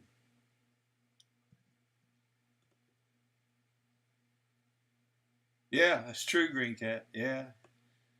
Oh, I got to go through all my videos on YouTube because the majority of them that I did like 2, 3, 4 years ago. I don't do that anymore. I don't have to. You don't have to do deconvolution. You don't have to take luminance anymore. There's no need to take a luminance for all the reason why you take luminance in RGB is to run deconvolution. Now I got blur exterminator. So forget running deconvolution. You're correct. You're absolutely right. Well, why are we watching this thing? I got off on a tear. Let's make sure we still got Jupiter in here. All right, we finished that. So let's start another run on Jupiter. I've fallen asleep on the job here. Reminiscing. All right, we start another one.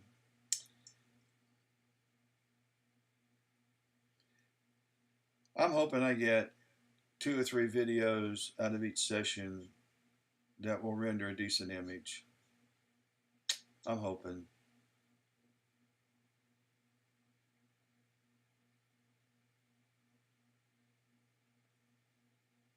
Yeah, I need to. I've heard some good things about. Bad Astro's got some YouTube videos he's doing, and uh, I've heard some good things about what you're doing, and I will watch them. I sure will. Uh, I don't. Is your YouTube channel Bad Astro? Is that how you find it? Just search YouTube for Bad Astro.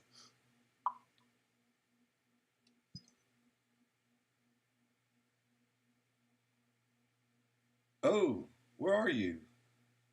Green Cat, where are you? You've got to be in. Are you in the UK? Are you in Europe? You have to be. Let's see. Oh, mercy. Well, great day in the morning. Isn't it amazing? I'm in Spartanburg, South Carolina, and I'm sitting here chatting back and forth with you guys. Doesn't that just blow your mind? Talking about something we love to do. It's just, to me, it's just very relaxing and fun.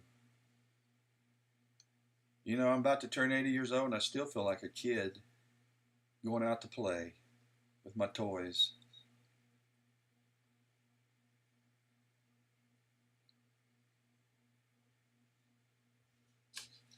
And still drank too much coffee.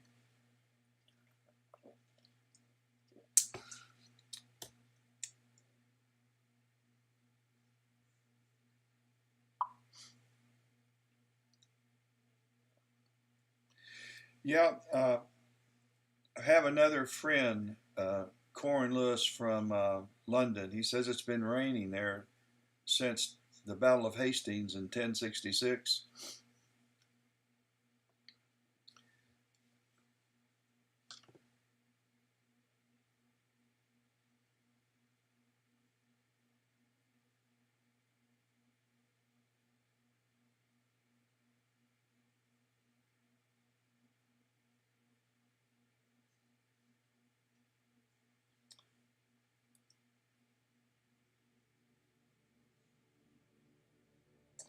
Let's make sure my other telescope hasn't caught some kind of a disease. Okay, we're on 22. Guiding's horrific. Golly, guiding's bad. I'm gonna have to. Oh lordy, let me uh, let me make some changes here. Let's stop. It's the scene conditions though; they're just so rotten. All right, let's clear this out. Let's even shut it down. Let's start from scratch.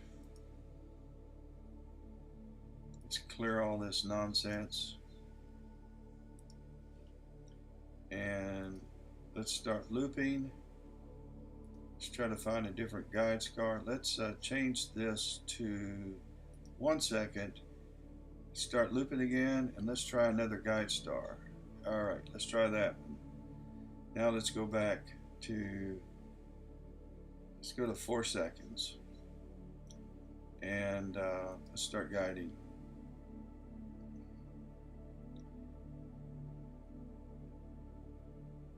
Let's see if we can't settle things down a little bit.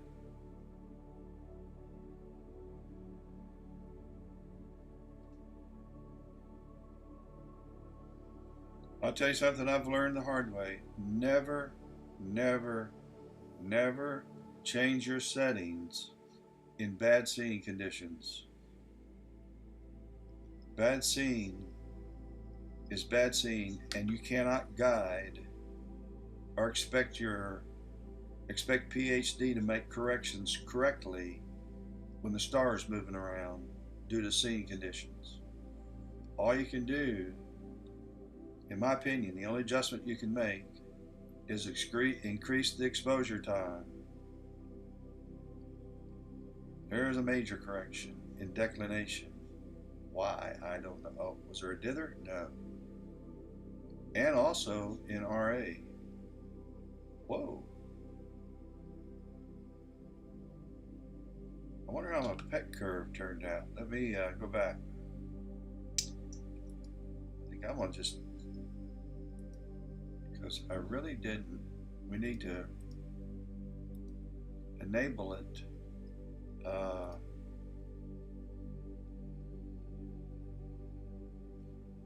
Okay, pet curve's running. That dither. Let me try something on a whim. Let me go up here to 1 second. I've had some crazy good things happen by changing the guiding, even in bad seeing, to, no, this isn't going to help.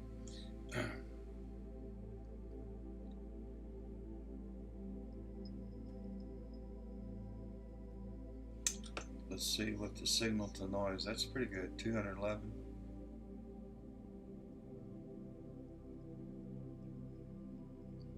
Play around with your exposure time, but don't change your RA aggression or your deck aggression or minimum movement or hysteresis. Leave all that alone.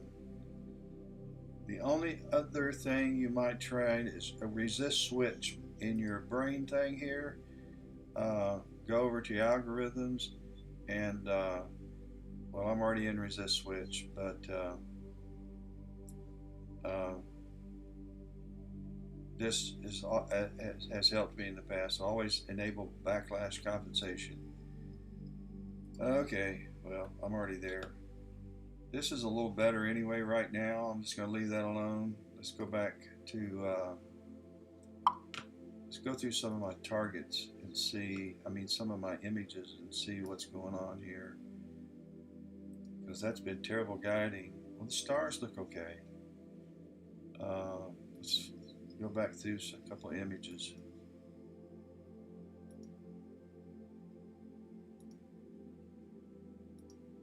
Uh-oh, there goes guiding again. I'm looking down here.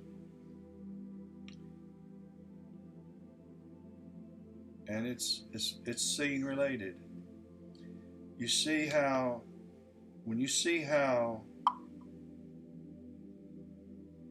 are you guiding at 0.43? Lordy, lordy. All right, well, that doesn't matter. That's awesome, that focal length. I'm going to show you something real quick here. Let's see, I need to go back to, see how Jupiter's moving around? Well, that's how your star's moving around. And so PhD's trying to correct for those movements because it thinks the mount is the problem, not the atmosphere. And it can't do it.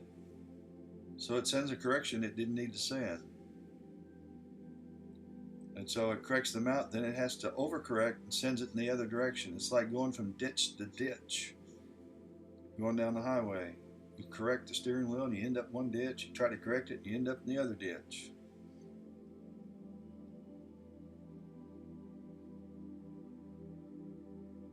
That's awesome. If you're at 4.3.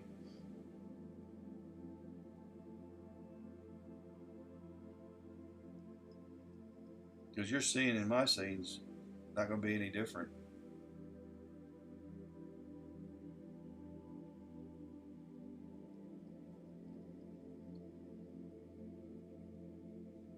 What's the exposure time? Are you using PhD?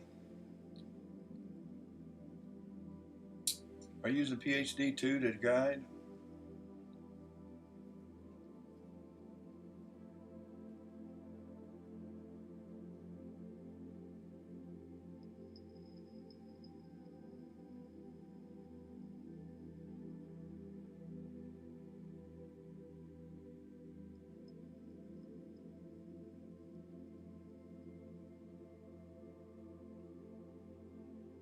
Green Cat, if you've gone on to bed, you probably won't hear this, but if you have, and you need to, if it's 3:30, uh, thank you for subscribing and okay, well, that's what I'm using. Although I've gone to 1 second.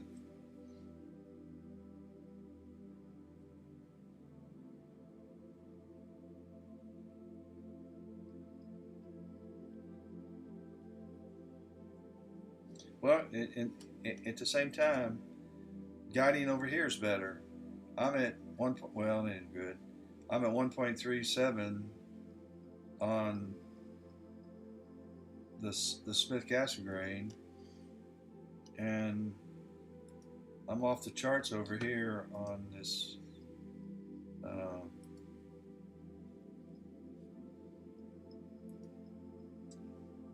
I'm at 1.6 on. As long as I'm under 2.32, I can manage the images. This is just. Let's see. Watch this guide star move. The sky star is just right here. It's just moving around. And PhD's trying to fix that. Let's try a different guide star with a different centroid. So let's go back up to 3 seconds. And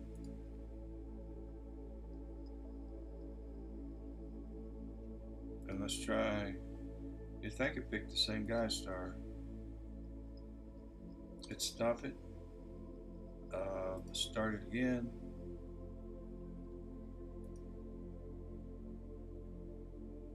It wants to pick that guide star. And it looks like a good guide star. So, all right, let's guide at it.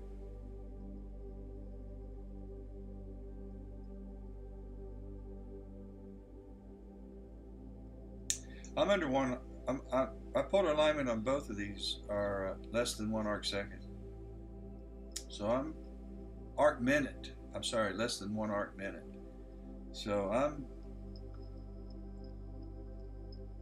in pretty good shape. That's great. Now, for reasons I don't understand, guiding's off to a decent start. I'm getting a dither, which is expected. I'll tell you what I'm going to do, though. I am a little frustrated with this pet curve, so I am going to disable this and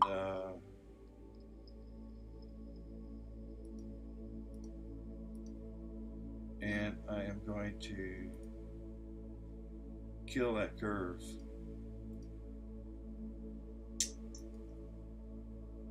So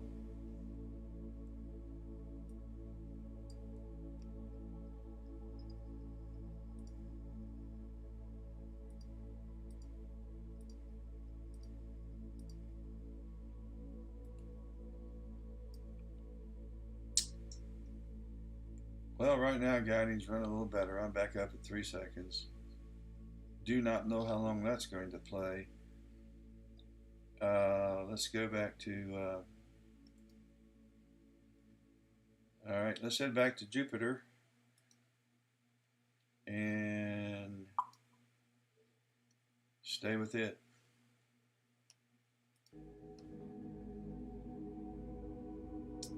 We're starting to get the great red spot, or yeah, the giant red spot.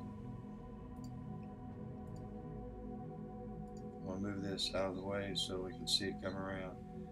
But good night. Mercy.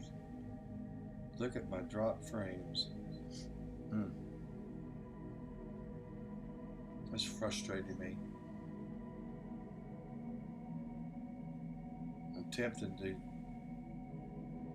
go out and change those cables real fast.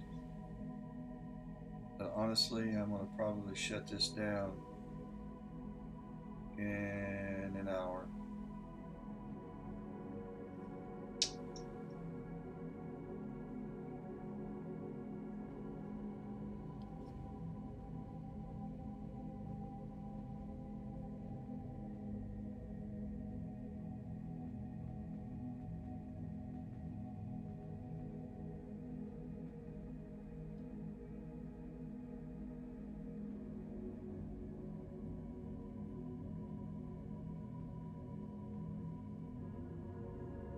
Yeah, I know. What I had is going in nuts.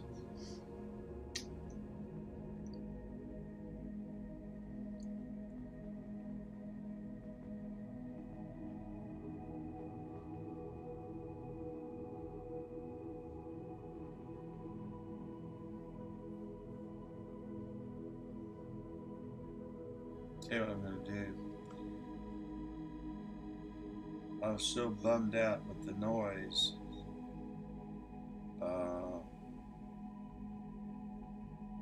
I'm going to stop.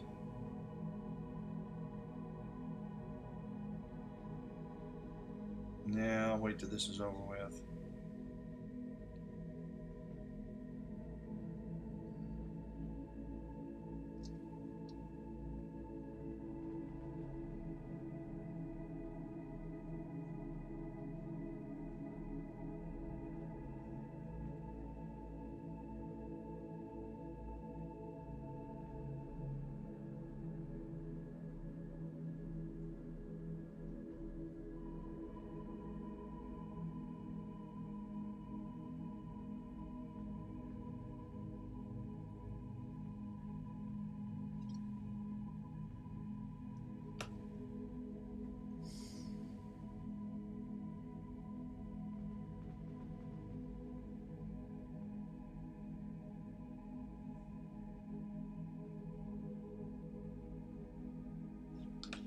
I wonder how many I have left of these.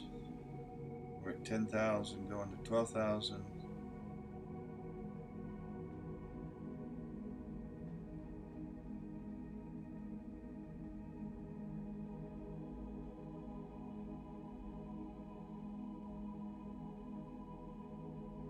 I'm going to stop it as it finishes. And I'm going to make a change in the gain.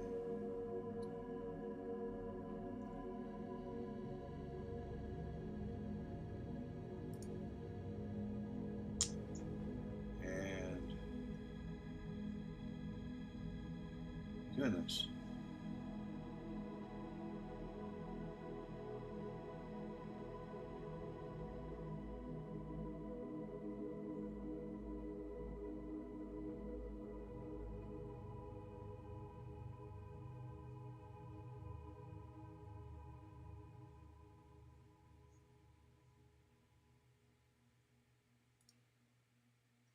All right, let's drop this gain down to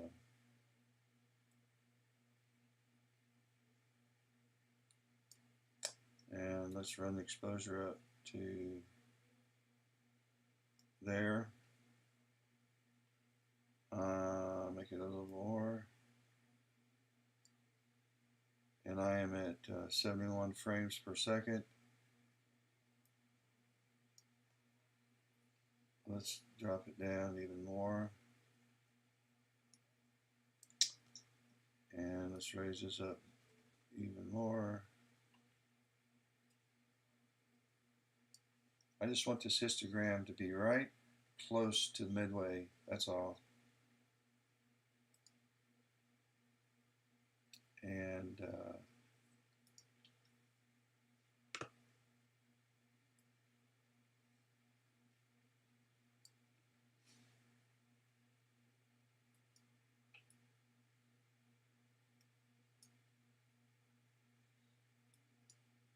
see if I can adjust this some. Yeah, let me. All right, bring this back here. And bring this down there.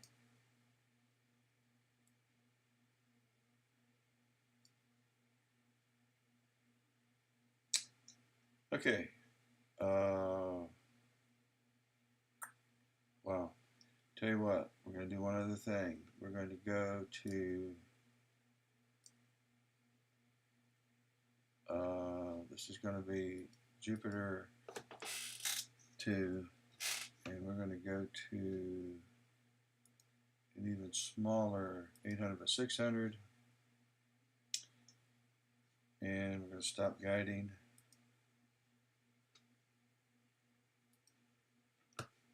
And we're going to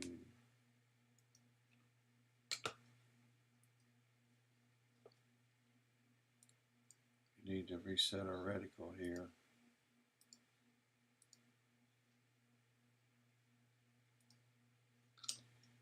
And go east.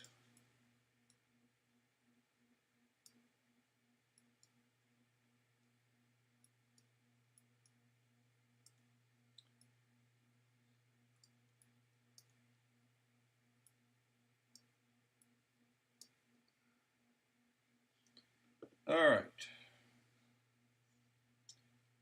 Let's try a little guiding.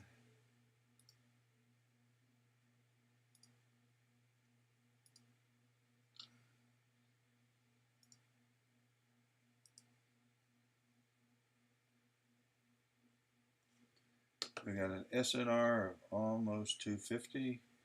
That ought to work. And daggone it wants to move it over to the right. So what we're going to do is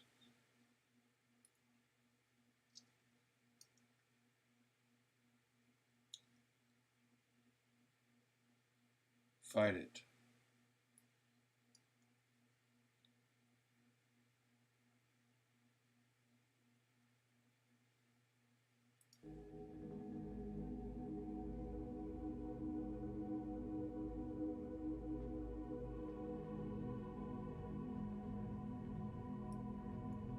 More push.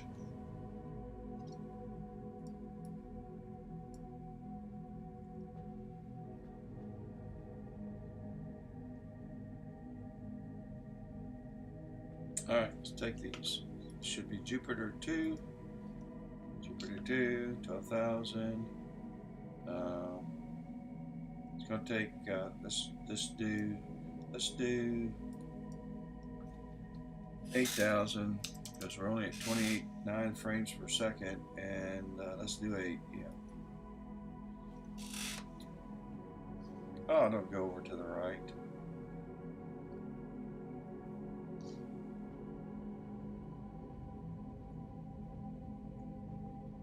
Just don't go too far. I need some sky to stag on it.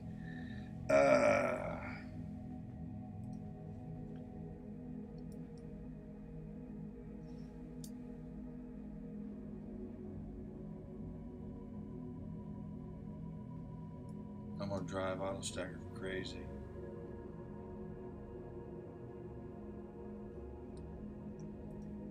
Just gonna stop guiding. I'll just control it.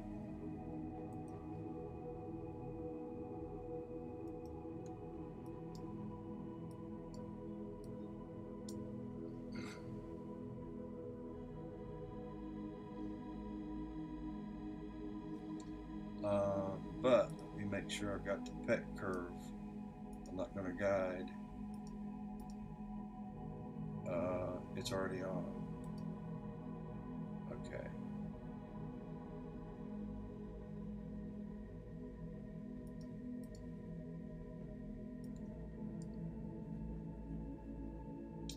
That'll help.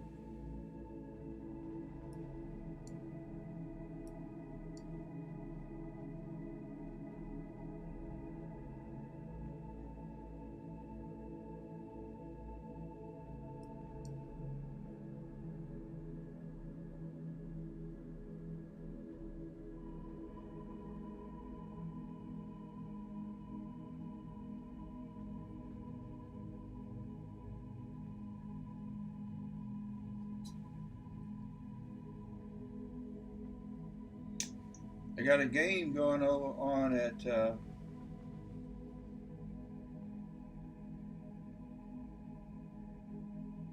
Clemson.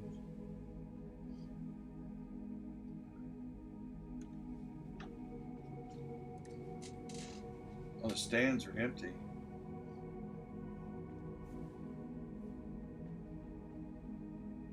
Where are they playing? Are they playing in Miami or are they playing at Clemson?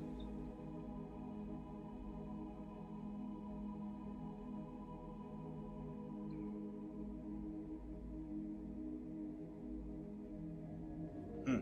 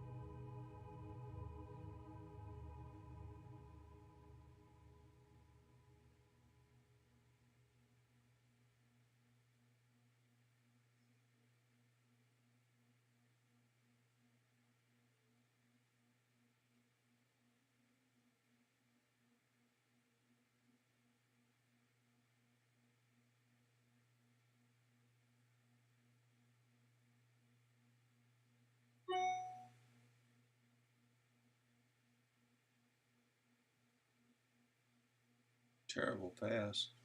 Hmm. I'm starting to see the great red spot. Yay, yay, yay.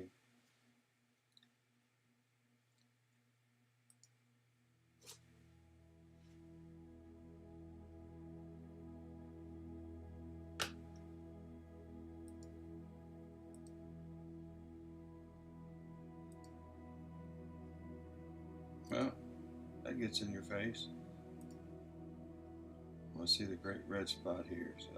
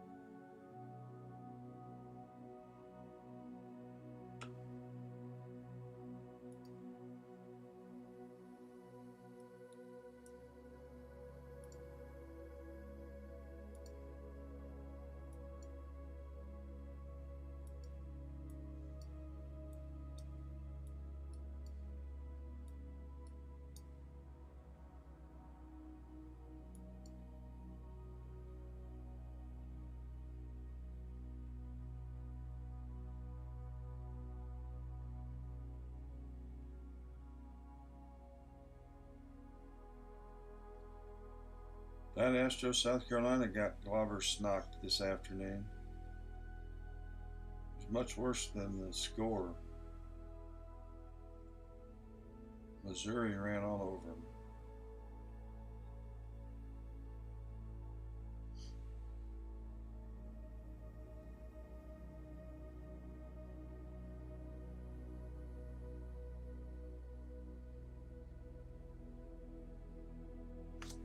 Hmm.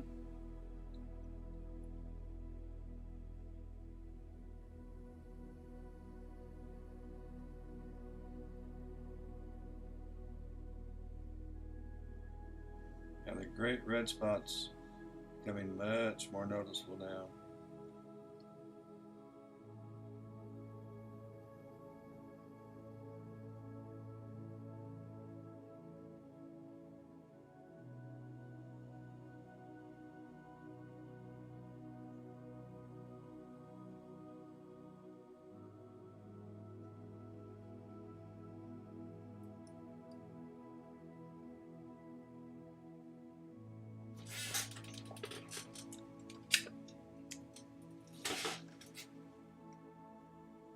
Oh, they're playing in Miami. I didn't think Clemson would have empty seats.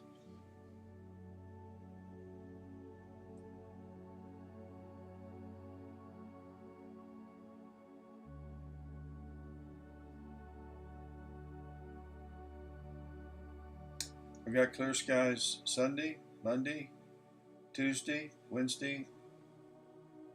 Clouds come in Thursday. Oh, me. I didn't know it was going to be that good. Highs in the low 70s. Wow. I do have clouds coming in tonight at 2 a.m. and 3 a.m. That's 3 hours. How much more time do I need on my Andromeda? Yeah, I need a lot more than 3 hours. So this will probably not finish tonight. I'll finish this tomorrow night because it does look like clouds are going to probably stop me in my tracks. Since I'm having seeing problems, that's okay. We'll pick it up tomorrow. Maybe seeing will be projected to be better tomorrow.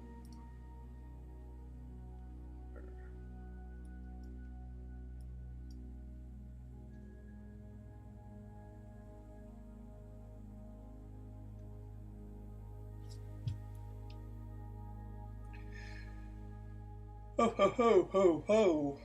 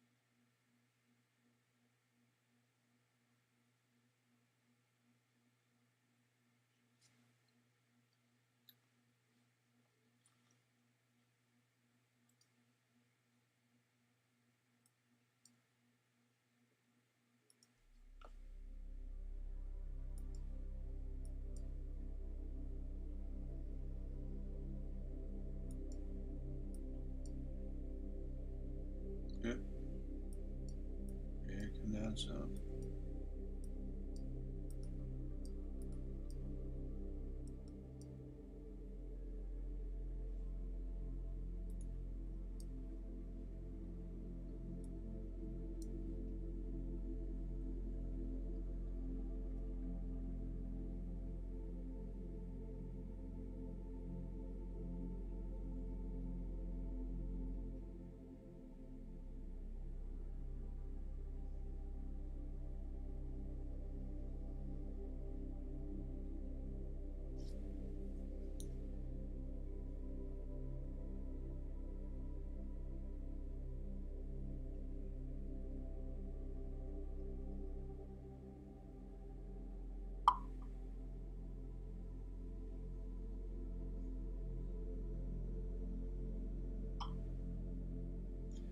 Well, you're welcome, Bad Astro. You have a great rest of this weekend.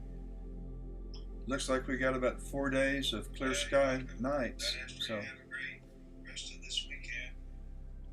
which is good. I hear echo. I'm gonna stay up till a little after midnight. I'm gonna get some of this red spot moving around on me.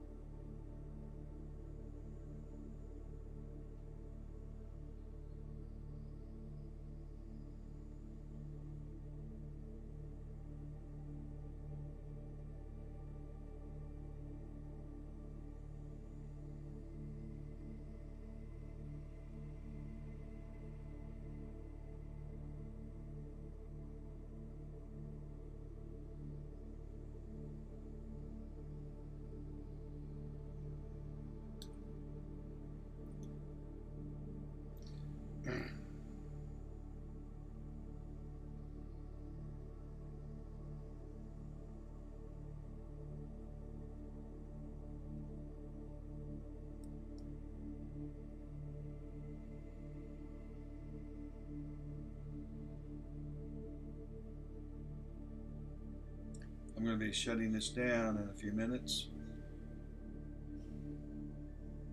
Been imaging since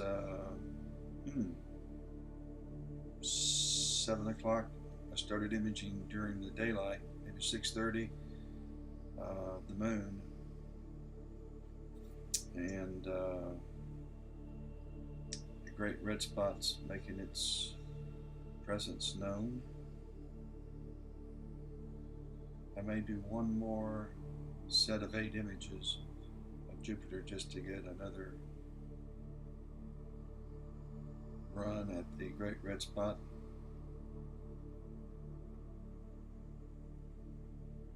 Hope.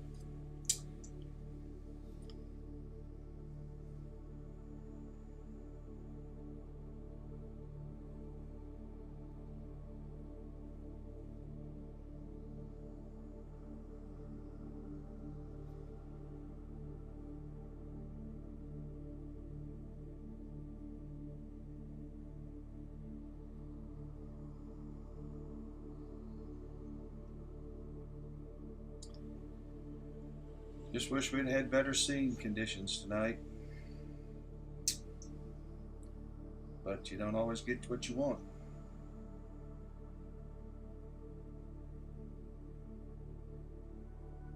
You don't.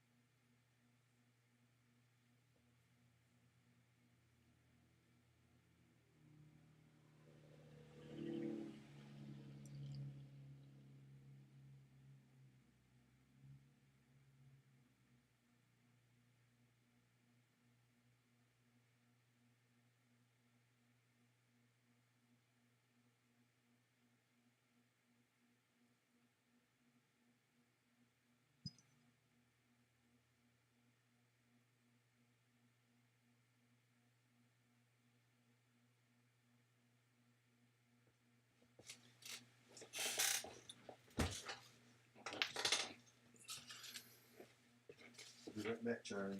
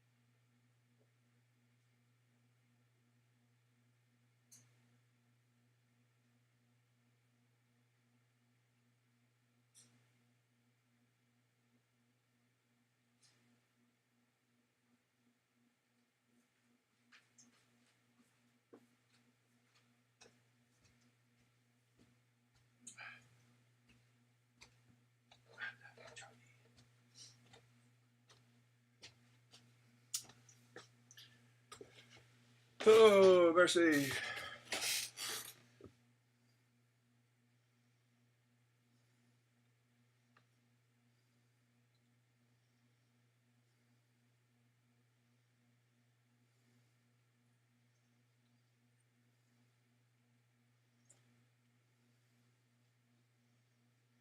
Okay. We're going to take our last series of Jupiter, and this will be 3, and we'll take 8,000 frames, 8, and let's get started. We better head over and see what the other telescope is doing. We are about to finish up the green channel. 3 more images here, and as soon as we take those, we'll switch to the blues, and we have 3 hours left to image. I think I'm going to drop this one down to 20 images. That's 3 hours, and we're going to be running into a transit. When do we transit? At 12:14, so in about 30 minutes the mount will flip. The weights will be on the west side, telescope on the east side.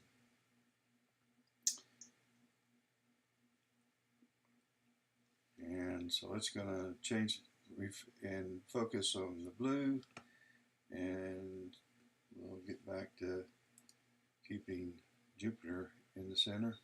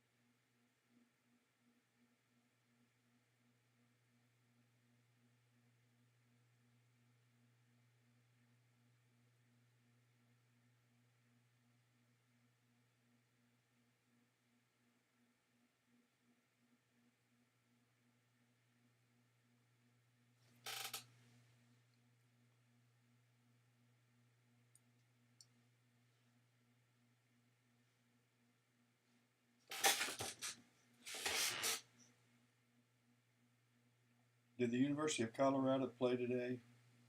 Hey Siri, did the University of Colorado play today?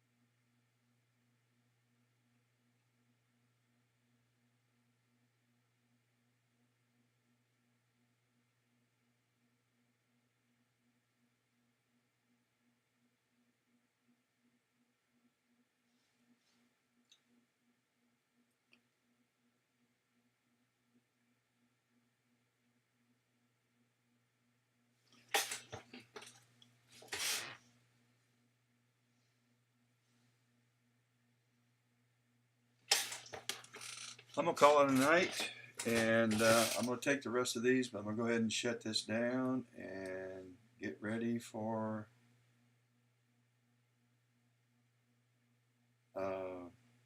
sleep. I'm ready.